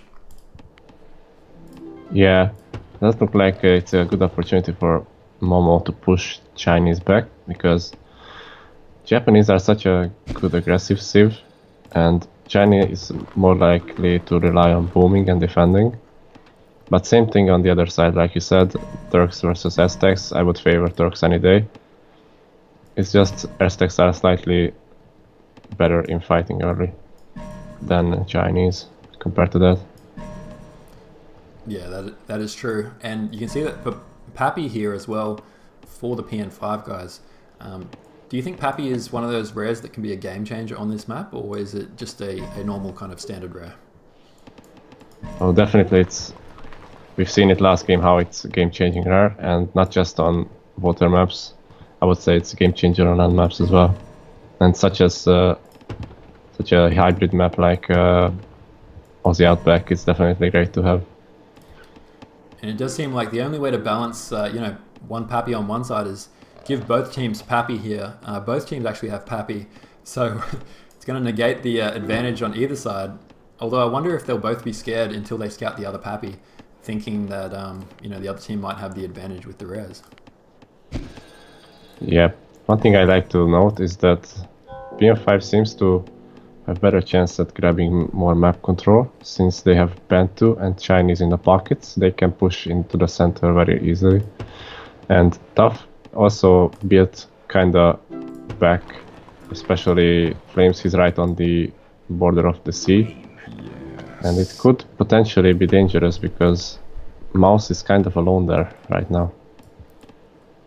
Yeah, I do think that seems to be something that they need to be careful about, because if China can get gems and get a second city in a good position, they should be able to, get a lot of map control from that. but I just can't see a lot of good positions for Mouse to build his second city here yet. I mean, it's not too bad if he builds to the left. That's probably the best option, but yeah, he's so close to Japanese, you don't necessarily want to get too close there, although he is quite well defended by this natural barrier of the mountain between him and Japs. Yep, that's gonna help him out a lot. I'd suggest even moving his cap there, since it's so much harder to attack. And it seems like Momo is going for straight military one and raid. Meanwhile, Mouse went for commerce one. This is very dangerous territory for Mouse. Yeah, and you can see that, you can see on the other side here, Surge has gone for Civic one, trying to get the city down as close as possible and put pressure, but the PN5 guys have realized this, and they're trying to kill these citizens. If they can deny the city, that would be huge, but no, Surge quite rightly has go up. Yeah, he's brought enough citizens there, 3 citizens, I believe. So, well played there by Surge. If he hadn't got that city down, it would have set him back a lot. And the fact is that Jatten's going for Mill 1 here, so Jatten definitely not stuffing around. He's going for as aggressive a build as you could possibly go for. Yeah. And, sorry, back to the other side. As you mentioned, Mill 1 here from Charlie Hebdo as well. Momo is not taking any prisoners. He's pressing his tier 1 advantage here in the earliest fashion possible, going for those units as quickly as he possibly could. And what do you think of this? Mouse is a research. Yeah, sorry. Yeah, what do you think of this aggressive style here by the TUF guys? I like this aggression by Momo because normally you wouldn't expect straight military one from anyone, but with Japanese he can do it very fast and he's hurting a lot. He's even destroying farms here. It looks like Mouse is just screwed here. He doesn't have wood income, he cannot be at the barracks. This is very bad for him. Yeah, I mean, the fact that he denied his wood is like perfect here for Momo, and terrible if you're a Mouse fan. He's in that horrible position where you can't afford the barracks. He's got 96 wood, but I feel like he's only got 4 farms now, which is the result of these, what are they called again? Ashigaru Spearmen. Yep. Meanwhile, it looks like Aztecs are raiding hard on the left too, so... Yeah, I don't think TUF expected such an early aggression by PN5, and it's paying off for them. I mean, for PN5, not TUF. And meanwhile, Momo is just booming up behind this. He's got his commerce one down. His eco is untouched at home, and Mouse is just trying to survive, which is perfect for Momo. Yeah, meanwhile, it's interesting that King actually built his city on Surge, on the left-hand side. Yeah, and that Loop built on top of that with Bantu. Yeah, it does look like they kind of swapped over there, cross swords a little bit. But yeah, I mean, this is quite dynamic play here by PN5. You've even got, you've got Aztecs here, so Flames is coming across to help bail out Mouse here. Flames is like the Federal Reserve, and Mouse is like the economy. Yeah, problem is that damage is already done, and Mouse is very slowed down here. So even though this raid is gonna get repaired now, Momo is in a much better position than Mouse. Yeah, Momo is definitely dominating, and I like the fact that he's gone for the jugular. Meanwhile, you can see that Chatten's making himself quite handy, and having played against Chatten as Aztecs, I must say one of his best nations is Aztecs. It's really frustrating when he spams these light infantry, because you really have to be on point with your micro. Looks like some nice micro here by TNO and by Surge, but still, all this time that they're walking around is time that they're losing, you know, mining time and wood cutting time. Jatten actually brought some of his villagers to box, and it's really helping him out. This is a fight between Kung Fu versus boxing here. It looks like kickboxing is the sport of choice for these citizens. And this fight is gonna favor the Aztec player any day, because he gets free kills. Exactly, I think he got some already. Yeah, every kill, I mean, that plunder is absolutely precious. And in the background, you can see that Jatten has gone for his commerce, so do have to be careful not to completely forget about your economy when you go for these really aggressive builds. And I think Jatten has lost his units here. So in a perfect world... Yeah, just if he Yeah. If he just retreated a bit earlier, he could have saved a lot more. It was a bit of a mistake by him. Yeah, it would have been nice if he could have saved those, but I guess, yeah, you can't have it all. Meanwhile... He still did good damage to Surge, so that's nice to have. Yeah, I agree. I think it was definitely a good investment. And you can see that it looks like Flames is trying to get a bit of revenge here, basically raiding behind as well against Momo. Oh yeah, I've actually just looked over there myself and saw that Momo has no wood income, and I wondered why is that. That's why. I think Momo lost his units as well, and that really hurt him now because he cannot defend himself right away, and losing this income is important. Yeah, this is a 1-2 sucker punch here by TUF. I mean, it looked like PN5 had all the momentum in this early engagements, but I mean, Flames had other ideas. He's basically saying, Momo, if you can do that, I can do it better. Problem for TUF is that most of their players were occupied to fight off these raids, but only 2 players were really raiding from PN5, and the Chinese and Bantu player were kind of free to boom here, and that's a big concern for TUF. Yeah, let's have a look at the economy. So we've got King here. He skipped mill completely as the Chinese player. No wonders going down at this stage, but it does look like he's got a nice 100 eco going. And then you've got Lube, who is, you know, arguably their best player on their team. He's going for his science and aging up right now as well. So no crazy booms on their side, but I do agree with what you're saying in that they've had 2 players who have basically been unaffected by all this early shenanigans. So it's going to help them in the long term. Yep. One thing I don't really like about PN5's position is that they don't really use that much fish. I see like 3 or 4 spots being used, and I would really like to see more, because the precious wealth is great in the long term. TUF has done a better job with using the fish right yet. Yeah, absolutely. You need to use as much fish as you possibly can for such a cheap investment of, you know, 50, 60, 70 wood. And you can see that, yeah, you can see Flames, for example, great fish usage. He's already got 8 fish out there on the map and already got 100 wealth income coming in at this early stage of the game. And Flames has gone for Commerce 2 as well. Again, I also like that move. I think Commerce 2 should almost be one of the default builds on this map. And also we can see the power of Turks, because we saw that Surge got raided, but still he's been much faster to H2 than the Aztec player, who have no eco advantages early. Yeah, that's so true. And I mean, just the sheer you know, morale boost that it gives you having Turks on your team, and at the same time for PN5, like it's just a scary thought. And I mean, you always have to be ready. You always have to have a tower kind of built behind, just in case they go for a sneak Turk attack here. Ooh. Yep, and Colossus went down for TNO. I like that. I don't know why PN5 allowed this to happen, to be honest, but they can still punish it since they have more map control in the center. Yep, I really like that move by TNO. I mean, taking advantage. I mean, if your opponent's not going to build it, then thank you very much. You might as well use American's power to get that Colossus down. Although, like you said, it does appear that PN5 guys, if they can play their cards right here, they do have more map control. That means that they should have more mines, which means more metal in the long run. I don't know if there's going to be a metal shortage here for the TUF guys just yet. It looks like there's roughly 2 mountains for the guys on the left. It looks like they'll actually have enough mountains, surprisingly, even though they don't have enough map control for half-half. Yeah, the one concern for TUF is that they won't have as many rares in the long term. So that means more knowledge, most likely, for PN5. They still have all these rares in the back that they're not using, but they could later. Yeah, that's so true.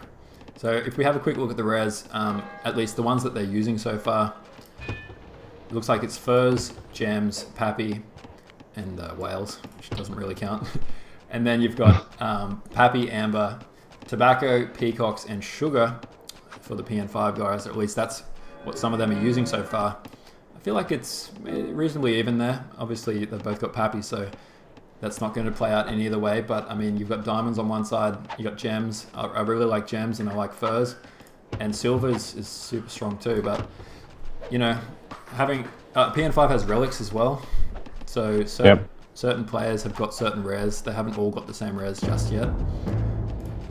Oh, it does look like King has got a siege just walking around here. I don't know if you've seen that. Yeah, I'm looking at it right now. I don't know what his plan is.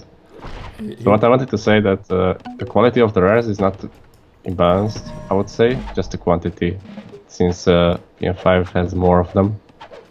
So this is gonna be better for them in the long run.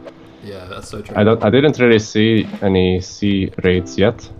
I think that's mostly because there's been so much focus on land that they didn't really have any resources for that. And you can see that Jatton's gone for Senator here. What do you think of Senator versus Despot on this map as Aztecs? I like it because he doesn't have Comp 2 and he needs the eco very badly. And also being defensive, Senator is better any day. Very true. Does look like I think everyone went Senator on this map. Maybe Momo will go Calmer. I mean, he's going Despot. I've seen him go Calmers too, and kind of expected him to go Despot here, since we don't usually see Momo go Comp 2 without a Despot. Let's just say that. Yeah, he basically said in the chat that in the pre-game interview that he just loves going Despot. And it was funny actually, in the pre-game interview he said he used to be part of a clan which would just pick Japanese and rush their opponents every single game. And so far he's living out his dreams. Sorry to interrupt. Big moment going down on the left side. King is bringing a lot of militia here. Yeah, wow, big militia pool here. He's going in to capture this city, and wow, huge move there by King. Very well played and completely caught green and light blue off guard here. Surge had no hope of holding that, and that is a huge momentum shifter. Oh, you can see how this map control is giving PN5 an advantage, because Noob is pressuring TNO at the same time, and he doesn't know where to run. Yeah, he cannot come through that direct path. He has to walk all the way behind this long mountain, which is absolutely terrible for reinforcing. You can see that Surge is saying in the chat, I'm okay, but normally that's something you say when you've just had half your face ripped off and you're trying to pretend as if you're okay here. I don't think he's okay. I think he's just putting on an act. He needs some help from TNO ASAP here, because his capital is actually at risk. Yep, and TNO does come with the rescue. He is coming with an ambush. This could surprise PN5 quite heavily. And there goes the attack. This is good move by TNO. They are gonna hold this for sure. Yeah, great save there by TNO. He had to walk around, and it does look like Surge took a bit of a hit there, but surprisingly his eco is still fairly strong, and he hasn't sent those workers back to work yet. They will recapture this city as well, so it almost seems like how do you think this is going to play out from here? Yeah, the thing is that Surge's eco is a lot of his eco is on water. He's using 7 fish right now, and Jetin is using like I don't know how many. The thing is that Surge's eco is still better despite this blow to his eco. Yeah, Jetin only has 3 fishing ships at the moment, which is really showing in his wealth income. He's only got 50 wealth coming in, as opposed to Surge with 100. So that Meanwhile, Loop captures the Americans' second city. Yeah, very nice play. And he's H3 now, so his crossbows are gonna wreak havoc here. Oh, you can see Jatton's capital is actually potentially at risk as well. A militia counter-attack here by Surge, but it looks like King is well positioned here to help back up his ally. Yep. I think Jetin would have had on his own, but never a bad idea to make sure it's a capital after all. Yeah, it's always risky. I feel like Momo might have some pressure on his shoulders here, because he's the one guy who probably needs to throw his weight around a bit more than the other guys, given that the other team's playing, quite, all-in-ish, I guess, because I feel like the longer this game goes on, the weaker the guys from PN5 are going to be on the left-hand side. I'm not so sure, because Loop has a great boom, and he's Bantu, so he can make a lot more army. But I think Momo is going for some surprise attack in H3. He he boomed up in the early game, so he can make a bigger push later. And I like that because Chinese are tough to push back, especially since Mouse got 2 towers and a castle behind that city. Nice triple here as well by the PN5 guys. Sorry to interrupt. You can see that, again, abusing the fact that they've got this excellent positioning here to capture this city of Turks again. And look at this, TNO's army out of position. And you can see that it's not upgraded yet. Lube's saying thank you very much. Those are free pickings for Lube. Yeah, these hoplites are still researching. Pikeman hasn't finished yet. It's 90% research. And Lube is just absolutely taking full advantage. Even Jatten getting in on the party here. Oh, this was such a bad engagement for TNO. It's unbelievable. He lost half his army for nothing. Yeah, I mean, and that just shows the power of this map control here. You can see that he was forced to walk through this valley of death right here. Instead of walking all the way around, sometimes it's better to be slow and steady than risk walking the tightrope here. You can see Serge in the chat saying, take your time, I'm okay, I got good eco. And yeah, he does have decent eco, that's true. Surprisingly, so he's done a good job surviving, yep. I mean, I would have expected Serge to be a lot weaker than he is. He can definitely continue playing this game, but I do feel like the PN5 guys are playing this map control perfectly. This is what makes Rise of Nations a much better esport than any other RTS, in my opinion, is this map control. I'm sure there'll be some haters out there, some AoE fans or Command & Conquer or StarCraft, but I love the fact that this city here of Wusu has basically almost been the MVP of this game because it just allowed the PN5 guys to dominate this section of the map, rotate between the three, and catch TNO napping. Yep, and normally you wouldn't expect the king to build on the other side. That kind of surprised me as well, but it turned out to be a great move. Meanwhile, some water raids by Mouse on the right hand side. This is a great move by him because PN5 is already not using enough fish, and if they lose that as well, that's a big blow to their eco. Yeah, you can see that Momo is starting to react to that now, but there have been quite a few fish that have gone down there. Yeah, and also these heavy ships by Mouse are upgraded, so it's harder to take them down, even one fire ship won't do it. And I mean, interestingly, sometimes the score tells part of the game and sometimes it doesn't. A nice little double here, though, for the TUF guys. I mean, does Lube know that there's two armies there? I'm not sure he does. He needs to be very careful there, engaging against two. Yeah, he needs to run back here. He's lost a lot of precious units there. Meanwhile, Momo is rotating all the way around. This could be a quadruple on Surge's cap, and it's not raised. The Senate is still there. Oh, and why is Momo walking back again? Maybe he felt under pressure here from Mouse, but I feel like he's got a great defensive setup. Not sure what he's doing with his army here. Mouse is just bringing one catapult here. There's no rush to go back, I think. The Senate is close to being raised. It would have been a great move to triple Surge here. I don't know why they didn't do that. I guess they're going to play it safe since they have an advantage here. Overall, it feels like. Yeah, it does feel like they have a territorial advantage, but I feel like this is still very much in the mix this game. Oh, big blunder here by King. His units were not attacking there for quite a while, but basically these armies are on top of each other now, saying hello, shaking hands before they kill each other. I don't know who's going to win this fight, but it looks like Light Blue has more units, so therefore TNO should be able to clean this up. Although, having said that, Lube is coming around with his army, so this is very peculiar fight. That's all I can say. I mean, again, PN5 taking advantage of the fact that they've got this ability to merge their armies together. You can even see that in the chat, Flames is saying, he's saying bad terrain. It's really hurting them, so.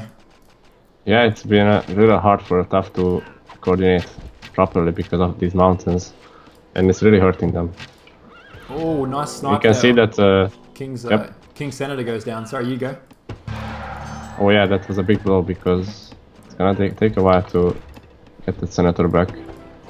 I was about to say that TNO's eco is perfect. It's almost maxed out on everything, but he just couldn't make enough units so far with the Colossus to really pay off.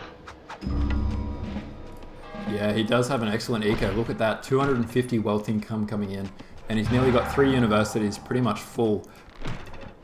Meanwhile, Flames is doing quite well as well. He's got a good eco there. Lube, sensational eco as well. Not quite as high as the Colossus player. Oh, and it looks like Flames is going for the attack here. Going for taking this game by the scruff of the neck. Plenty of these that's a adult great battles. engagement. Yeah, excellent double. I mean, PN5 guys caught napping. I feel like they shouldn't be susceptible to a double given that they've got much better map positioning here. But Jatten coming across to try and help. You see that it looks like King and Jatten have kind of swapped places. King is babysitting his base now. Oh, on the right hand side some action is going down. Momo is making a push. I just think it's a bit too late because Mouse already has all the attacks for H4. And if he can hold here, that's gonna be a concern for Momo. Yeah, very true. I mean, Momo's not close to age 4 at all, and he has gone Despot as well, which is obviously not a particularly strong. He needs more siege if he's going to have any hope of putting pressure here. Yeah, I would expect the Japanese Despot to make pressure earlier than 23 minutes. To be honest. Is that for Momo or? Yeah, but I would expect the Japanese player to make pressure earlier than that. Yeah, definitely. It does seem like he is a little bit delayed here. I'm not sure what's caused that, but yeah, as the Jap player, I completely agree. Shouldn't take too long to get 150 eco and start putting that pressure on. Big attack here going in though. It does look like he's caught a fairly good engagement against Mouse. And even... well, the problem is there are so many towers there, it's not good to stay here for a long time. Yeah. He's killing a lot of units, but those units can just hop in the tower and city and just be safe. Does need to be careful. Some more back and forth. It looks like Surge has recaptured that city now. So that's a nice little win there. And Jatten's economy is not too bad, but it's definitely behind most other players in this map so far. You can see Surge has got 146 knowledge income, and knowledge is going to be the powerful indicator as this game gets longer and longer. Oh, King has like 10 heavy ships just defending. I think he should raid with them ASAP. This is kind of a waste. Oh my god, wow, that's these many ships. This is Shipageddon right here. Absolutely, yeah, that's very valuable population limit it's taking up too, so he needs to make sure that they don't sit back at base defending. That's probably a bit overkill. I wonder if he's got infinite Q on accidentally there. Yeah, probably that was it. Like maybe leaving 2 ships behind to defend or 3 and raid with the rest would be a good idea. I think. He is moving his ships now, so let's hope that he puts them to work because that's a huge investment for sure. You can see that Lube is pinging the ships. Hopefully Lube's telling him on the chat, hey, go send those guys off to do some raiding or something. This could kind of hurt King in the long run because that's 20 pop space almost that's being used and he cannot make army. Yeah, no, his army is actually, it's not too bad, but he doesn't have a huge number of units. They're all garrisoned in his city at the front there. And Colossus is now really paying off because he can just continually pump out units now and he has a huge army already. I feel like the tide has turned on the left hand side here. Yeah, for sure. I mean, well played there. Like the TUF guys, it wasn't looking good for a moment. Great triple and great map positioning, but somehow they've clawed it back. Just a few good engagements. Very good play here by Flames as well. You can see that Mouse is starting to feel confident. He's telling his teammates that that basically that he wants his teammates to hold because he thinks he's going to kill on his side. Must have been. And I have to agree with him because it looks like Momo lost a lot of units near that cap and he didn't pull back in time. He's just now reinforcing. I think he's gonna hold, but you would expect the Japanese player to be overwhelming the Chinese player most of the time, and it's not happening. I mean, I think Mouse, given that he's from China, whenever he plays as China, he feels like his whole nation is carrying on his back. So maybe he steps it up a level, and suddenly the Raza Nation's powers go out the window. He doesn't want to lose for his mighty. What's the president's name? Xi Jinping.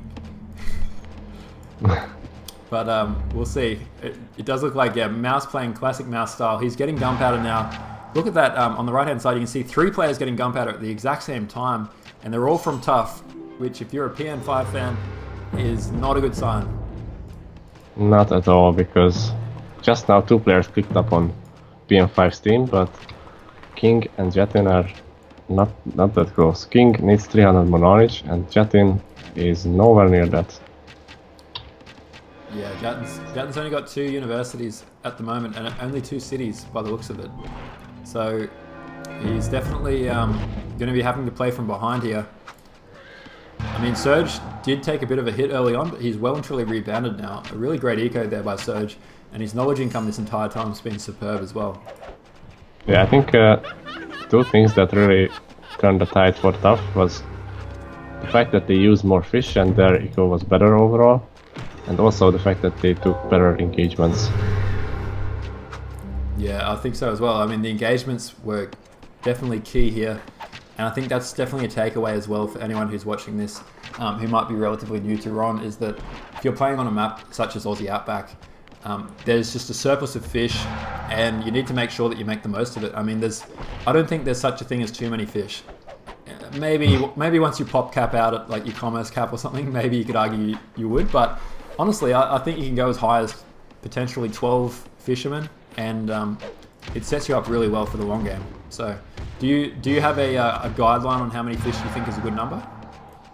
I don't like overextending with fish because it does get more expensive, and losing a few if you have just 12 is a big blow. So I would like to settle on 8, 9 most of the time, but definitely better than using just 3 in the early game, and that really hurt PN5, especially Jatin, whose eco has been not enough for the whole game. Yeah, very true. And you can see Mouse here, typical boomer. He has 9 fish, so Mouse seems to think that 9 is a good number. Definitely lining up with what you've recommended to anyone who's watching this right now. And Mouse even made pressure on the water, which was a great move by him because PN5 was already not using enough fish, and raiding that even further has damaged PN5's eco even more. And Mouse did a great job by holding against Japs here. Yeah, excellent hold. I mean, that was definitely key. They needed to make sure that one-on-one went in their favor. And look at TUF now. They are pushing in with really impressive armies. They're all gunpowder now, except for Surge, who is aging up and will be gunpowder much before Jatin gets there. Starting to really flex their muscles here. Yeah.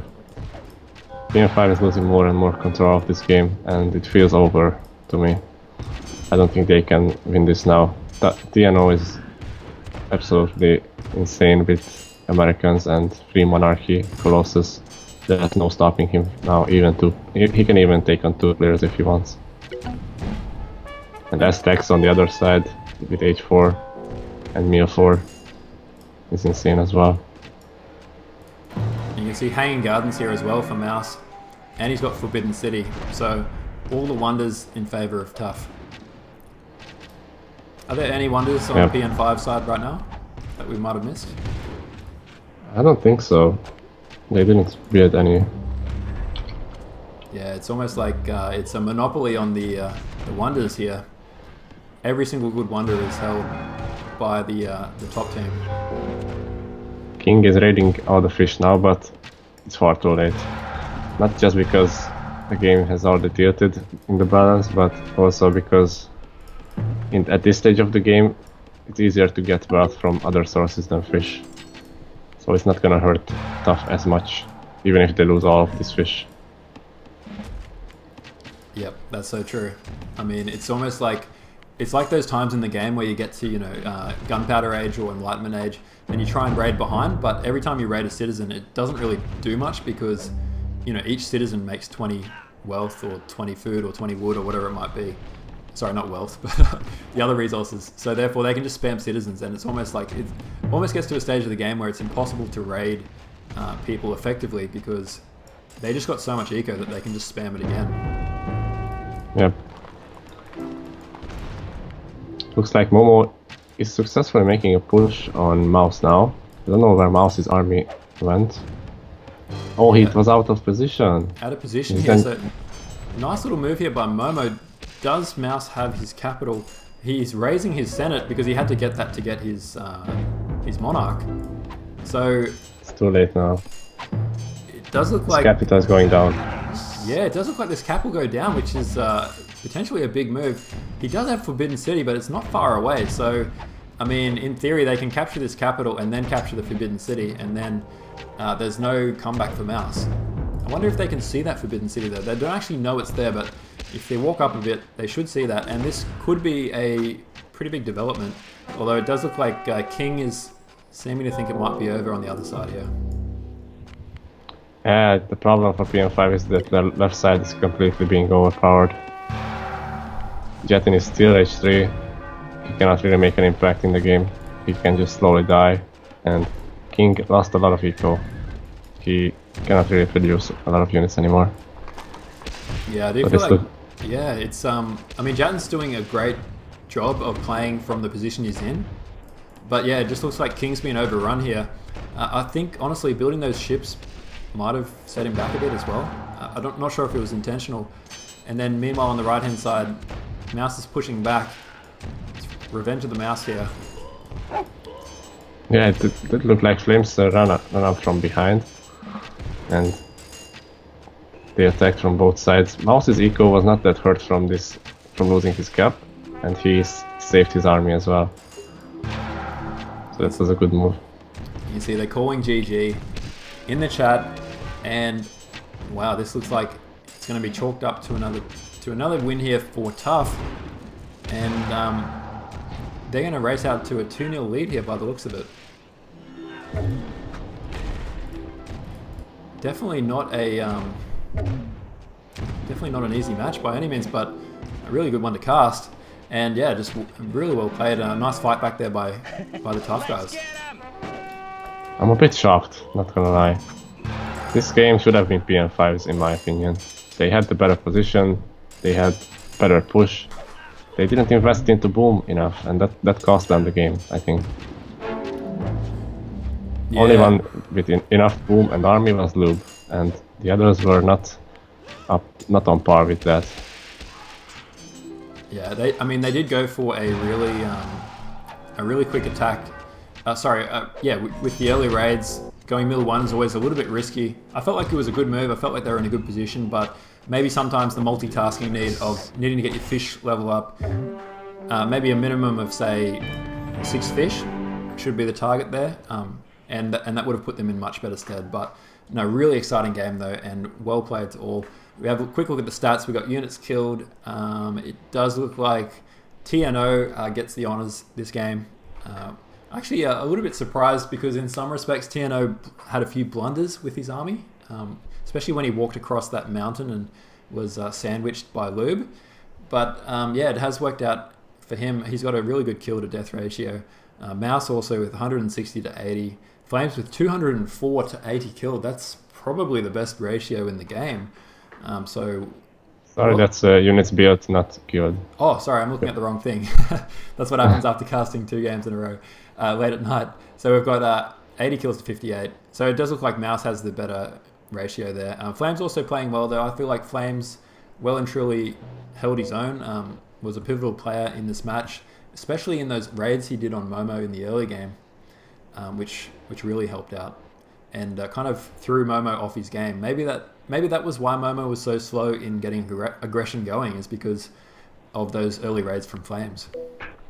Yeah, I feel like PN5 had a great strategy in mind, and they executed it very well initially, but they just couldn't capitalize on it after that. They couldn't really destroy any of the players from TUF, and TUF had a better fish boom, like we said, and they were better prepared for the late game, and that's what won them the game. Yep, and you can see in TNO's economy was massive, so huge resource graph here for TNO. Meanwhile, Jatin with those early aggressions and getting into trouble. Yeah, unfortunately, again, just at the bottom there, always playing from behind. Military graph, again, shows the Colossus player with a massive army, followed by Flames, and it looks like Mouse and Surge were not far behind. So yeah, really, aside from that moment where it seemed like the game was really in PN5's favour, it kind of quickly tilted back in TUF. So well played. What do you think? Should we jump straight into game number 3? I need just 2 minutes to take a break and then we can go. Yeah, no problem. All right, guys, don't go anywhere. We'll be back with Game 3 very shortly.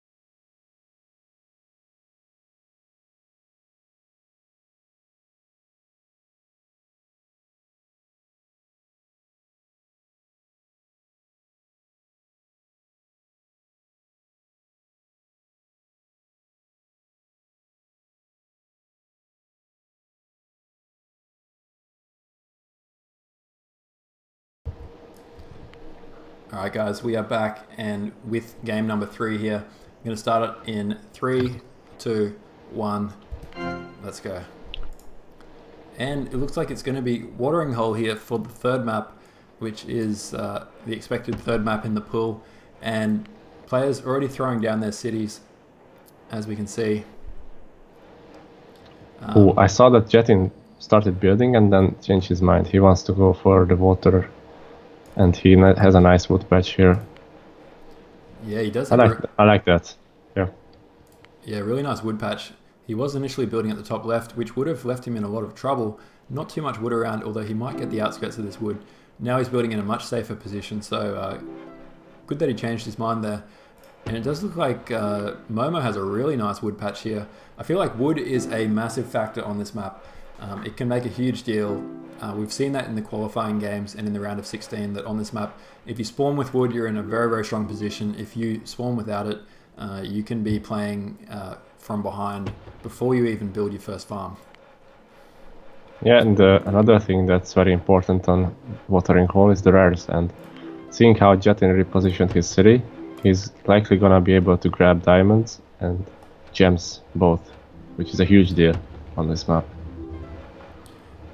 Yeah, and first thing I can notice is that aside from Surge, it looks like the TUF guys have really poor wood from the get-go, whereas King has actually gone for... What nation has he got? He's gone for Lakota here, so that's going to be another big thing, is that both Mouse and King have gone playing as Lakota, so going to be really fascinating to see how these guys go. And it's also worth mentioning that Lube has subbed out here for Proles. So it's going to be interesting to see how that changes things and if that upsets the dynamics. Proles playing as... Which nation? I'll just quickly find. Playing as Iroquois here. So let's... Interesting sub, because I would have expected Lube to stay, since he looked like the MVP in both games to me. Yeah, very true. And I mean, if we have a quick look at the nations here, we've got, just to summarize, Lakota, Iroquois, French and Spanish for PN5 versus Lakota, Iroquois, Nubians and Spanish. So there's only one difference here, French versus Nubians, and Cold is the one that's gone for Nubians here as opposed to French, which is, I believe it's Momo. So Actually, I had this discussion with Coldfire the other day. Initially, most people think that this is not a good map for Nubians because there's a lack of rares, but Coldfire disagreed. He thinks that this is an excellent map for Nubians because if you can get enough fish early game and trade and buy wood, you're actually faster, as fast, if not faster than most other nations. Do you think that theory has any weight to it, or do you think French is a better pick? That's a great point by him. It's very nice to have ability to trade early and buy wood for more heavy ships. And that's definitely gonna help TUF out in the early water fights. So I like that decision. The problem is the long term. Nubians don't really get anything out of this map. Maybe an extra 10 knowledge. It's not enough for me to pick Nubians here, but I see why he did it. Yeah, and you can see that Flames is still in this match. It looks like TNO has subbed out for Coldfire, with Surge and Mouse retaining their positions. So yeah, just interesting the way this is working out. I think the fact that PN5 have Silk on their side of the map, as well as Gems, arguably they should have Gems anyway. Yep, Gems and Diamonds. Yeah, it does seem to be that I'd have to give the edge to the PN5 guys for rares, just the way this is looking so far. Definitely. Probably the Lakota player can grab that silver on TUF side and secure the relics at the same time, so that's gonna be very nice to have. Still, I would prefer PN5's rare slightly, just because the diamonds, gems, and silk. That's a lot of wealth on its own, and losing the water early might not hurt them as much. Yeah, I do think that when you said Lakota might grab that silver, I wasn't sure if you meant Lakota on PN5 or Lakota on TUF, but I guess technically it could go either way. But yeah, that's a good point. I forgot that PN5 also has Lakota, and he could grab it in theory, but I don't think he's going for that. He's going Civic, but I think he's gonna build on Jet inside by the looks of it. Yeah, and just for sync reasons, I'm at 4 minutes and 37 seconds at the moment. One thing I do want to see here from the Spanish guys is I do want to see 2 docks get built by both of them.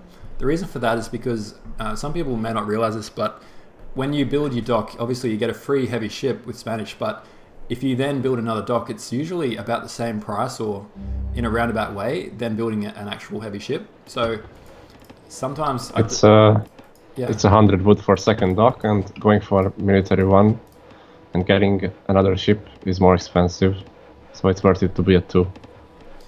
Yeah, exactly. And I mean, how much does a second ship cost if you get military?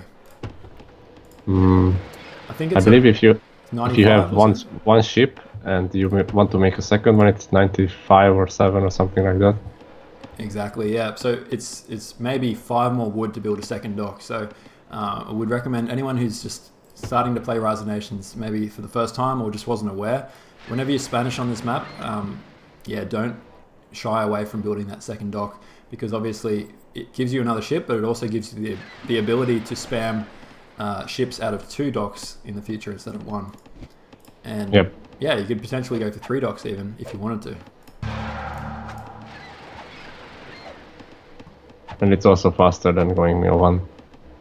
But you should still go mill 1 at some point. Yeah. Just to produce more. Yeah, exactly right. Chatton has a nice wood camp of 9 wood at the back of his base here, so that's really going to help his cause. You can see that, yeah, King, as you said before, has gone for his Civic in front of its diamonds, securing that, and also indirectly applying pressure to Flames' capital, who's playing here as the Spanish player. I think this is a favourable setup here for PN5 because their tier 1 fastest nation, being Lakota, is pressed right up against the Spanish capital here, potentially making it harder for Spanish to defend. Do you think that's going to be something we might see here? Yeah, for sure. I still would have preferred if King grabbed the silver, because there's no one else on his team that can do that, and it's gonna be secured by Mouse. Meanwhile, diamonds on the other side would have probably been safe anyway, but still it's a good idea to secure it. One thing I like to notice that Mouse went for Meal 1 instead of Civic, and he's made some ships on the water as well. This helps out a lot. Yeah, you can see that Mouse is microing quite well, moving his ship away, not losing it for nothing there. And he's also going for Civic, so he's building his second city right up against And it this looks edge. like, yep, he's getting that city up now. It looks like Mouse skipped science completely. Meanwhile, King went for that first. And it looks like it paid off for him because he's got 475 ruins, meanwhile Mouse only got 175. Yeah, wow, really well played there by, the early game. 475 ruins is absolutely insane. And yeah, you can't get that many ruins without going science nice and early. So really well played there by King. That puts him in a great position to basically be really influential in this early game. Yeah, the one problem with that is that he was later to military 1 and consequentially later to the water fight, and it does look like TUF is overpowering on water right now. Yeah, I mean, King has to be careful. He's going to lose this ship unnecessarily. Oh, that's sloppy. He had the dock right there. Yeah, not paying attention. And you can see that it looks like ProLaser is going for some land raids here. Actually, some pretty good work here. He has temporarily denied the city, but it looks like Surge should be able to hold him off. Yeah, I think that city is gonna go up. Bit of delay and he might lose some units, but actually ProLaser might lose this Slinger as well, so it was kind of an even trade. Nice double dock here by Jatten. He has got his second dock up. Yep. And it does look like it's the same here as well for Flame, so both players very experienced going for those double docks. And we can see the difference that these rares make for PN5. Their worth income is much better overall than TUF's. Even though the water is mostly controlled by TUF at the moment. Yeah, these diamonds are definitely so useful right now. I mean, it's just nice to have that guaranteed wealth income, because I feel like on Watering Hole, if you put too much stock into fish, your economy can just falter as soon as you lose the water and you lose all your fish. Yeah, exactly. And in the long term, they can consider giving up water, which is usually not a good idea, but still it's an option for them, because if they get overpowered on water, it's not the end of the world for them. Yeah, silk, diamonds and gems really helping bolster their wealth income. And I'm curious to see how the PN5 guys play this. I mean, I feel like they've got the leg up at the moment, especially thanks to King's excellent kind of ruin scouting at the beginning. Do they have the ability to parlay that into a quick attack on Spain, perhaps? Yeah, Spanish player definitely looks like an easy target, and not sure why he's going for Civic 1 here. I would prefer to just age up, because this delays his age even more, and Lakota player is already there. Ooh, nice play by PN5 here. You can see that Jatten's going hard on water, and he is killing a heap of fishermen. Yep, they're trying to that's a nice job. Yeah, they're trying to evacuate, but yeah, Flames now... Oh, they have got fire ships now, though, so Cold is starting to spam some fire ships, and this is where that micro is going to be pivotal. Losing a Triomede to a fire ship is going to be really bad. At the same time, though, especially losing two. Yeah, if he's too close. That's close one. Ooh, Oh, nice. only one goes down. He does get one there, so that was not the worst case scenario, but still a nice little attack there by Flames. Well played by him. Yeah, the thing to consider is that these fire ships have area of effect attack, and they can take down multiple ships if you micro them correctly. So always make sure you have your ships split up and possibly protected by light ships. Yeah, absolutely, and just don't keep your heavy ships too close together, because you can lose multiple in one fire ship attack if you're not too careful. Looks like Jetty went for commerce too. I'm not sure that I agree with that, since he was already slow with Spain, and he cannot really use that extra cap right now.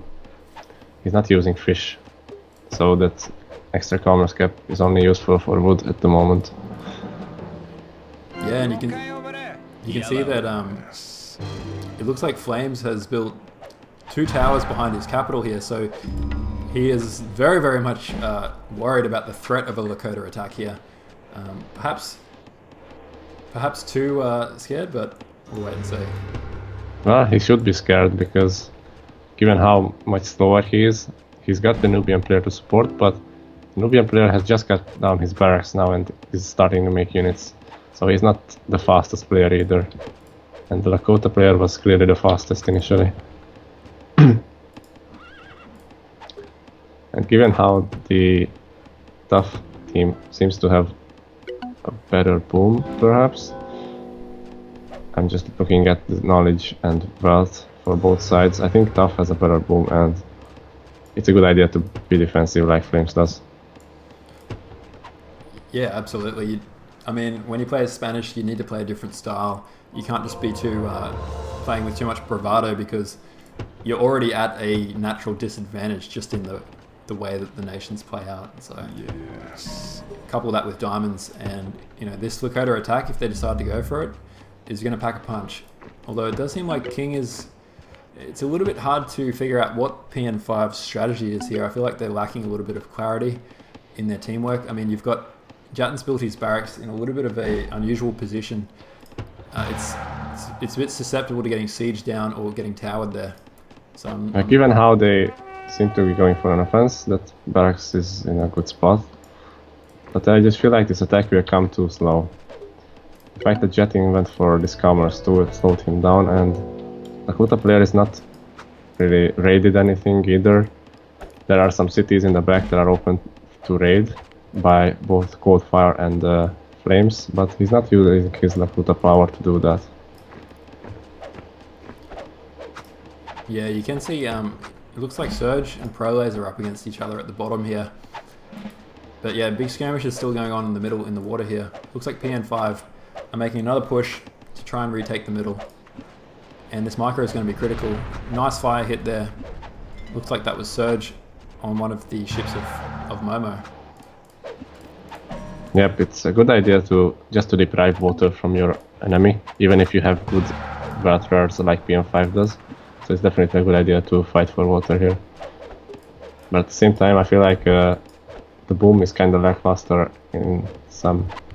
for some players like Proles and Momo. They could have made a lot more scholars already. Yeah, it does look like Momo's gone for just a straight aggressive build here, going for Mill 2 without really any other tech so far, and playing as French. He's gone Despot as well, so I suspect that, yeah, just back to basics here for the bottom two guys from PN5 here. Maybe they're just going to launch a simple double here against Wajaje, and I wonder if it's going to pay off or not. I mean, if they can marshal their armies together, it should be okay, but it looks like Mouse and Surge are kind of preparing for that.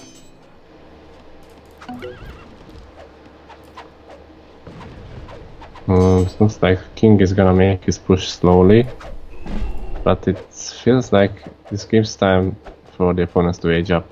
Flames is not close, but Coldfire could potentially age up soon, since they have the silver and relics as well. So they should know that the opponent, I mean PN5 should know that the opponent team has at least 30 knowledge or more than that. Yeah, and you can see that Jatten's gone for Com2 Despot here. Yep. He skipped science. So this is definitely an aggressive build, but it feels like it's not gonna be fast enough. We'll see. They are sieging down these stables, which puts pressure on Flames. Yeah, you can see that this is definitely enough to cause some concern for the TUF guys. I mean, I wouldn't panic if I were them just yet, but it does seem like they need to be careful, because this has the potential to snowball into something bad. Yeah. Flames could lose his caravan if they push from that direction as well. And these towers didn't do much for Flames yet. So they were kind of an overinvestment. Maybe one tower would have been enough here. But it's gonna help real soon when they move in for this capital. I wonder if any of them are gonna bring militia. Yeah, he does have militia, so I mean, if Flames pulls all his militia here, they should have enough to push us back. Yeah, the thing is that Jetin can also bring his own and maybe King from those mine as well. He could potentially bring, but the problem is Codefire already aged up, like I said, and it's gonna be tough to push this back now. Yeah, I mean, and Jetin actually, he doesn't have a tower at the moment, so can't research the militia upgrade until he gets that tower up, if he was to go for that. Meanwhile, yeah. Flames are saying bring militia to Cold, so I feel like it actually might be, given what we can see, it might be an overreaction for Cold to bring his militia. If they really felt like there was an overwhelming army coming their way, then maybe yes, but I feel like from Flames' perspective, to be safe, perhaps he needs to get attrition, because that basically safeguards against a militia rush. There are so many towers there that I don't think this capital is in danger anymore. And tech advantage for TUF is gonna mean a lot. Meanwhile, on the other side, Momo is making a push on Mouse. Yeah. He almost sniped the Senator on Mouse, but still they do manage to capture the city with the combined efforts of Proles and Momo. Yeah, really nicely orchestrated attack here by PN5. They do capture the city. Question is, can they hold it though? You can see that there's plenty of units. They are bringing a lot of militia. Yeah. They do capture it back now. The militia really made the difference by both players, and neither of PN5's players brought their own militia. Yeah, that's so true. I mean, it's almost like the PN5 guys here need to be careful, but they need to do a bit of a dance here. Basically push forward, capture the city, push back, and run away every time they bring all their militia. There's no way their army is going to fare well against that many militia. Yep, for sure. Surge is now H3, which is a problem for this side, because Momo and Proles are not ready to age up. Meanwhile, on the other side, Jetin and King are still trying to make something happen. Yeah, nice little attack. Actually, I don't mind this, but they need to be in sync with each other. You can see that Jetin's running away when King's attacking, and vice versa. They're not working together as one mind, which is hurting their strength of their attack. It's also kind of an uphill battle to fight against units that are healing and are more upgraded, since they are Cold is medieval age. You can see that King is getting age 3 here now, so he'll be the first player on their team to reach age 3. Meanwhile, Cold and Surge are the only two players on the TUF side who are already age 3 here. Not much going on the water, some fighting by Flames. That's a nice one. I don't think PN5 is using water too much.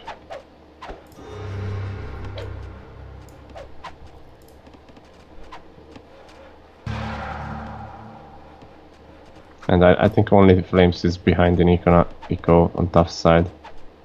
And Mouse may be on the Worth, but everything else is good enough.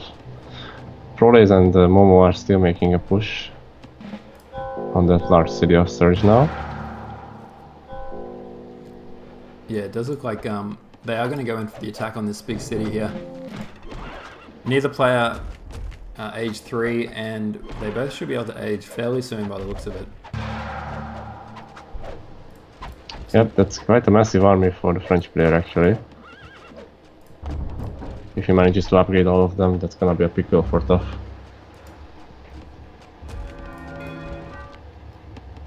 Flames' eco is actually not too bad, considering he's been kind of the guy that's been under pressure here. He's got a decent eco.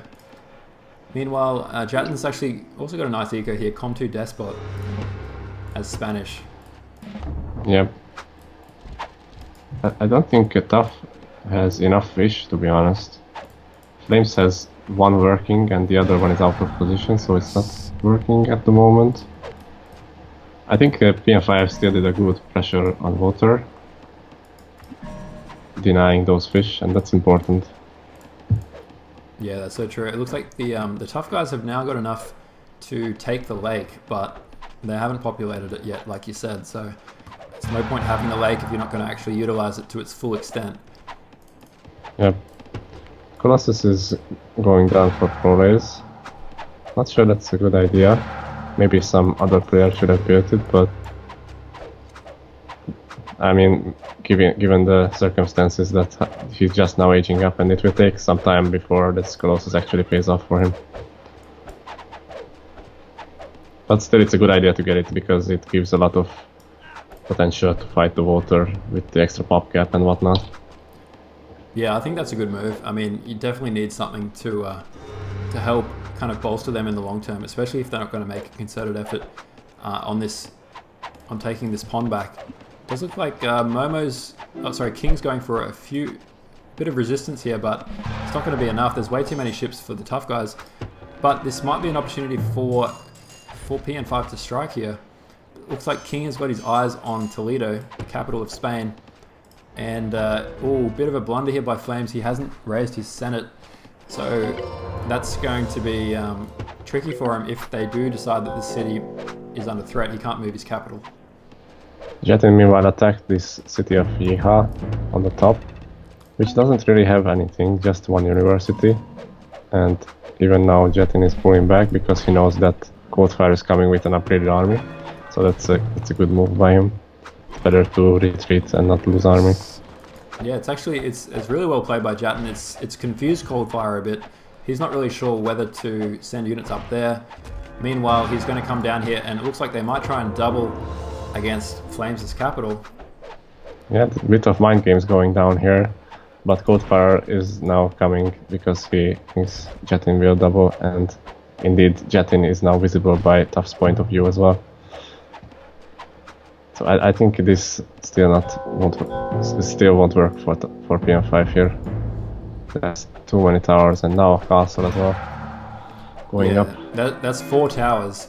You can count them right there. So, and once that castle finishes, this is definitely going to take quite some time to try. So going for that city of Coldfire would have been a good idea after all, because yes, it does not have much, but it captures territory and they can push from that angle.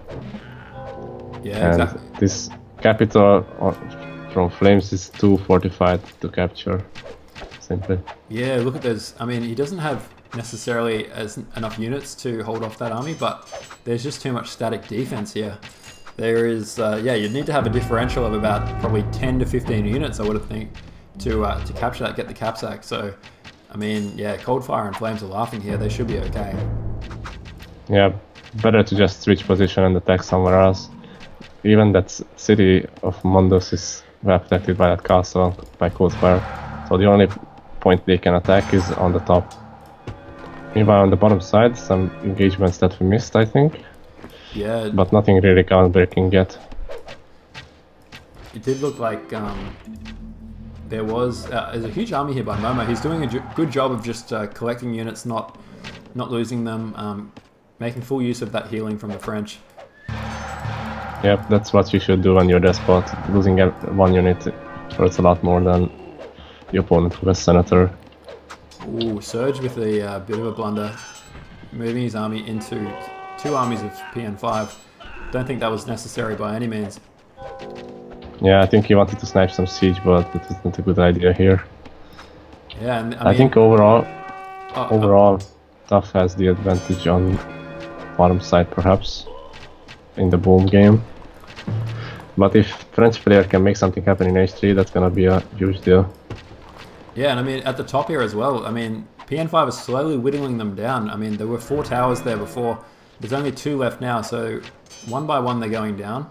But it looks like Flames and Cold are killing enough units to possibly push them back now completely. Yeah, just those few arrows from the towers, sniping some cavalry is good enough, and combined with the healing, this is a much better fight for TUF. And I'm not sure that this rush is gonna work out for PN5 on the top side. They're losing too many units to hold this position. Those sieges are gonna go down soon. Yeah, you can see at the bottom here, it looks like they're going to push here, Proles and Momo. I mean, he has a massive army here as French with Despot. Meanwhile, Mouse is actually pop-capped. But that might be pop-capped in a negative way. He might have too much in his eco and not enough in his land army. We'll soon find out.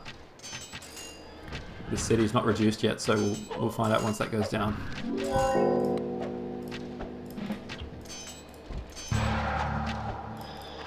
Oh, this close. engagement is gonna be huge. I think PN5 is winning this on the bottom side. Yeah. French healing is a big deal. It definitely is, and look at that. I mean, not only French healing, but he waited and waited and waited until he had a dominant army, and then just charged in. You can see that Mouse was pop capped, but he was pop capped with, I'm guessing, a lot of fish and a lot of workers. Meanwhile, Momo going Despot, he's only playing with 100 eco, so he didn't even go Com 2. Yeah, this is what he said in the pre-match interview, I believe. Yeah. He had more population for army, and that's paying off right now. And meanwhile, it looks like Cold and Flames have done a good job. They've repelled them. But ironically, it was actually Cold and Flames that were under threat. And it felt like Surge and Mouse were actually going to possibly kill here. But it's kind of flipped around now. I feel like now it's the other way around. It's almost like Cold and Flames and now might need to make something happen. Unless they can stabilize, because this is really looking dire. And I think it all started when Surge probably got a bit too confident, poked his army out, and kind of lost units for nothing there. Yeah, I feel like TUF still has much better eco to reinforce here, and that castle is gonna buy them some more time. Actually losing the city for Surge was not that terrible. He lost some gold income with the caravans, but he can rebuild that, no problem. Problem for PN5 is Momo's eco. Yes, it allowed him to push with more army, but it's not gonna be great for him long term. Yeah, they need to capture like at least probably another city or two to make this kind of work out for them. Because yeah, like you said, if TUF just sit back and don't lose units, they've got a much better long-term economy. They've got Senator. Yeah, it just makes sense for them to continue with this. You can see that Prolays is running back, and Momo's getting frustrated by him saying, "Prolays, attack!" WTF. Yes, it makes sense to attack, because even with the castle fire they should be able to win this fight, and they need to push simply. They've given up all the water, which is bad, because yes, they have these waterers and their wealth is mostly fine, but giving all the fish to your opponent is still not great. And full control for TUF on the water right now. They are using all the fish almost. You can see Flames in the chat during the game. He's saying, "Wow, our strategy's really worked," but I'm just not sure if he's aware of what's going down at the bottom here, or if that was sarcasm. It's hard to tell, but it feels like they definitely have found a bit of an area to exploit, and if they can capture this city, you know, the capital of Mouse is actually not that hard to get to. And I mean, he can move it, but still, if he loses that many cities, then it doesn't matter if you're Lakota or not. Lakota becomes really weak once they lose cities, because they lose all their caravan routes. Yeah, and they would lose the silver there as well. And if potentially PN5 can use that, very true. That's a big deal. Still, it will take some more time, because there are 3 towers on the castle, and like you said, Mouse and Surge have great eco still after losing the city, and they can reinforce easily. Yeah, the telling thing, I guess, is the fact that despite the fact that it looks like Mouse and Surge are losing cities left, right, and center, their ecos are just absolutely insane. I mean, 250, 200. Yeah. But I mean, an eco doesn't mean jack shit if you lose your army. So big attack here by French. And meanwhile, Jetin is pressuring on the top side like he previously intended. This is a good one, because TUF Coldfire's army was a bit out of position. Yeah. But I'm not sure who is gonna win this engagement. Coldfire brought some militia, which means desperation moved, but I think he can spare those because he has a max out eco anyway. Yeah, and I mean Despot as well is getting that sweet plunder. Look at Momo's army. It's like it's just multiplying here. It's like all these crossbowmen are having babies with each other. They just won't die. That's French for you. Yeah. It's a snowball effect in action right here. And I'm sure Momo is getting turned on right now while he's playing this because he loves playing as despot, and he's probably been waiting for this moment when he plays French. Look at that capital. It's getting sieged down here. And, I mean, if the TUF guys weren't shitting bricks before, I feel like they're going to start shitting some now because this is kind of snowballed out of control for the TUF guys. Yeah, it feels almost impossible to have some guy with 200 and 250 eco losing to a guy with 110 eco. Yeah.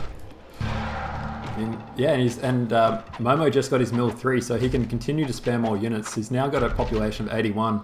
He's going to try and get this capsack here, and it looks like he's got enough. Well done. For Momo, he's taken Mouse's cap. Unfortunate if you're a Mouse fan, he does lose his cap there. And now it looks like a big engagement between both armies, and hard to kind of tell who's winning this. I mean, Prolace with some good support as well. He's got a decent army as well. And look at that, Mouse and Surge just confused right now. They are just taking bad engagement after bad engagement. They should wait more and gather more army. Mouse should have raised his cap and moved it behind. Like, don't care about the silver, just get a decent army and fight that way, because fighting French with weak armies like this is just suicide, pretty much. Oh, exactly. And I mean, Mouse is building Forbidden City. Try and find out where he's building that. It's near his pyramids on the right-hand side. So he won't be eliminated most likely anytime soon, but yeah, I mean, map control is just shocking right now. Oh, meanwhile, check out, kind of been neglecting this side of the map. Flames is really doing well. Really pushing there. Yeah, he's taken the Lakota city on the other side. And it looks like Jatin has kind of been frolicking around the top here, but he's bringing his army back. Where is... Yeah, the thing that we missed was that Coldfire City was lost for a minute there, but he did retake it, given his gunpowder age, and Jatin regrouped at home. It feels like PN5 is losing this side on the top, because neither of them are close to H4 yet. Yeah, that's so true. And I mean, they just need to be careful. I mean, it's almost like the roles have swapped here, and King and Jatin just need to possibly hold, or at least just play a stable game. Not lose their side too quickly. I mean, King's got a decent number of units. He's spamming. He's got a good eco. King's got a really good eco, so don't forget that. And Jatin's eco is also solid. And the problem is the gold for King. Since they don't have the water, and Lakota without fish, that's gonna result in bad wealth most of the time, even with diamonds. And I think, like you said, PN5 on the top needs to hold and buy time for Momo and Prolace to win, because they are winning, even despite having tech disadvantage here. Yeah, exactly. I mean, if we look at the graphs, military graph here, Momo has a much bigger army than anyone else. Flames actually lost a lot of army just a moment ago, whereas eco-wise, Momo's got well and truly the worst eco. It just proves that you don't need an eco to win the game. You just need to kill your opponents and take all their cities. Yep, and just not lose your army. And I don't think Momo lost his army a single time. That's what really gave him the push. He's losing his siege, that's a bit careless. Yeah, it's a little bit Mouse careless. just swept in from the top there. Momo doesn't have tactics by the looks of it either. So he does have mill 3 now, so he can get tactics, but as the guy with the huge army, I'd recommend he needs to kind of get onto that fairly soon. Yeah, the problem is he doesn't have a castle yet. He needs to fix that. And still the water is a problem for PN5, because Momo's wealth income is really bad as well. I think the only ones that are doing well on the wealth are Jatin and Prolace. But even Prolace, his wealth is not that impressive given that he has Colossus. Yeah, the issue is Surge has aged up to age 4 now, and Prolace just lost a lot of his army against the age 4 units. Oh, that was a crucial engagement. They are slowly losing momentum if they let this happen. Yeah, this is... It feels like it's kind of reached a point where TUF, just with their far superior economies and their superior tech, has kind of stabilized a little bit, and now Momo doesn't have his partner in crime Prolace to back him up. And you Yeah, can see losing the army with Colossus is very bad because you are not utilizing the pop cap anymore. Momo is trying to use the silver. I think they should be able to repel this attack still because Surge's army doesn't have the numbers yet. yeah, and Momo needs to be careful. It actually looks like Cold might be the secret MVP here. He is playing really well as Nubians. So far, he's proving that Nubians were a good choice on this map, despite the haters saying that this is not a good map for Nubians. Although French is also doing very well, so you could say both tier 3s well and truly punching above their average here. Yeah, I wouldn't expect Nubians and French to carry on this map, but they're really doing that on both sides. The problem is the tech disadvantage now, because 2 players on TUF's team are Gunpowder, and nobody on PN5's team is. And Chetin's capital is now in danger. It goes down. Yeah, you can see that his capital has gone down here. Flames and Cold were just too strong on this side of the map. You can see that Mouse says in the chat, the Soviet Union is dead, but Comrade Lenin will lead us to victory. Well, that's a bit of Some trash talk there. A random political talk there. I think that's something from Discord. But no, really well played here by TUF. It does look like... yeah, I have to give it to them because I think on this map PN5 had slightly better rares, and they even had the opportunity to grab silver with King, but they didn't do that, and they didn't pressure enough on water as well. There weren't any water rares for any side, so it was balanced. The thing that gave TUF the game was better decisions and the fact that they had the water for most of the game. Just how it is on this map. Yeah, absolutely. I mean, it was just back and forth there on the water, but at one point it just seemed like TUF kept it up and kept it up, and eventually they were able to just hold that water and take the lake. And from there, I love the play by Momo. ProLaser Momo did a great job punching in these cities on the right-hand side. And it went back and forth. I mean, both sides looked like they were going to lose. Both sides looked like they were going to win. But yep. That's definitely a GG from TUF. Well played. Commiserations to PN5, but they put up an excellent fight. And it's just a bit of a shame that these teams, obviously such high caliber, met so early in the tournament that we couldn't see them playing later on, but there was always going to be a giant which would fall at this stage of the tournament. So really well played. And yeah, again, I can't wait to see what the other games have for us in store. I mean, TUF showed that they're not stuffing around. They've come in here, they slipped up against PLA, and some people were saying that they were losing their way. Some people were saying that TUF were washed up and that it might be an easy match for PN5. And then we look at the result. It's a 3-0 here. I don't think you can get much more of a convincing win than that. So who do you think was pivotal to TUF playing so well today? Oh, I don't really think I can pick a single player. They all played amazing. We could go over the games just to recap. I think in the first game with Lix, Mouse was a key player given how he completely overpowered his side.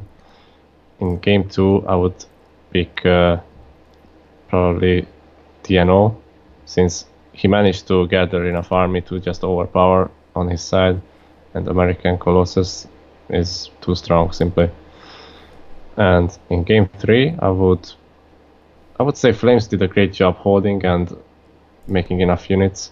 Coldfire also did an amazing job with Nubians, and it was just simply a great team effort because they took the water, they had better boom, and the decision making was better for TUF simply. Yeah, no, that's so true. And I mean, yeah, that was a close series. I know it was 3-0, but I felt like every game could have gone either way at certain points in the game, and it was just small things that really tipped it into the favor of TUF. We can see in the chat that we can see Flames actually just said that their plan in that game just then was actually to use the capital as bait, and then make it towered really hard. I mean, that's a masterstroke if you ask me. I mean, it basically worked the way they hoped it would, I guess, because they had 4 towers there plus a castle, and maybe it's like hanging meat in front of a dog, or hanging a red what is it, a red towel in front of a bull, and saying, come over here, and then secretly you've got a massive trap set up. You need that guy from Star Wars to say it's a trap, Admiral Akbar. But yeah, it did work out for TUF, because PN5 kept pressuring on this capital city of Flames, and it just didn't work out. They didn't switch positions in time, and it turned out that if Jatin just went for the northern city of Coldfire, which would have been less rewarding, but still he could have captured it, and as we've seen, he did capture it later, but it was just too late. Yeah, that was just a little bit too late there. And yeah, Cold played really well as Nubians. I feel like he was definitely underrated. It's hard to see the stats on how much he bought and sold at the market, but I feel like he must have been using that market a lot, because able to take full advantage, dominate the water, and also use all those fish to his advantage there. So really well played. And wow, what does that mean for the next bracket? It means that unfortunately for PN5, that means that they are eliminated here at the hands of TUF Alpha. And it does mean that the semi-final is shaping up to be either TUF Alpha versus AZ Dragons or PLA Pandas. So already going to be a very good semi-final as well, I think, regardless of which of those two teams gets through. Who do you think is the favorite out of Dragons versus Pandas? I would say Pandas are the slightly weaker team. They put up a good fight in the group stages, but still they managed to qualify to the best 8. And even though they are the underdogs in this pair, I wouldn't underestimate them. AZ had some weak points in the group stage as well, so it will be hard to decide. But I would still favor AZ slightly. Yeah, I think AZ definitely slight edge on paper, but like we've seen in this tournament so far, just because you have an edge on paper doesn't mean that's what's going to happen in the actual games. It comes down to a battle of strategy, micro, and overall macro as well. So anyone can win, and I can't wait to see who wins in that semi-final. And I think that's probably about it from me. Do you have to go soon as well, Dave? Because I'm just conscious of time. I know you're doing us all a favor and basically casting this during working hours. Is that? Yeah. Yeah, so we really appreciate that. Obviously, it's a big sacrifice to make. And I think that's probably about it. We might just wrap up the cast here, if that's okay. Yeah, that's completely fine by me. Actually, from time's point of view, this result was favoring me, because I still need to get back to work now. But it was a pleasure casting this, and it was the most anticipated game of recent time, I believe. Yeah, absolutely. I think this was one of the best, definitely in this tournament so far. And yeah, 2 juggernauts. Fortunately, one had to fall, but yeah, really well played by TUF. So guys, thank you so much for watching too. We had a really great viewership tonight as well. It's a weekday, it's a school night, and we still had, I think, about 40 viewers at one point. So guys, thanks again for tuning in. Stay tuned. We're going to have the other quarterfinals coming to you soon enough, I'm sure. Probably next weekend will be the next game, I believe. But if we can bring it any sooner, we will. And take care, guys, and we will talk to you all soon. Peace out. Thanks.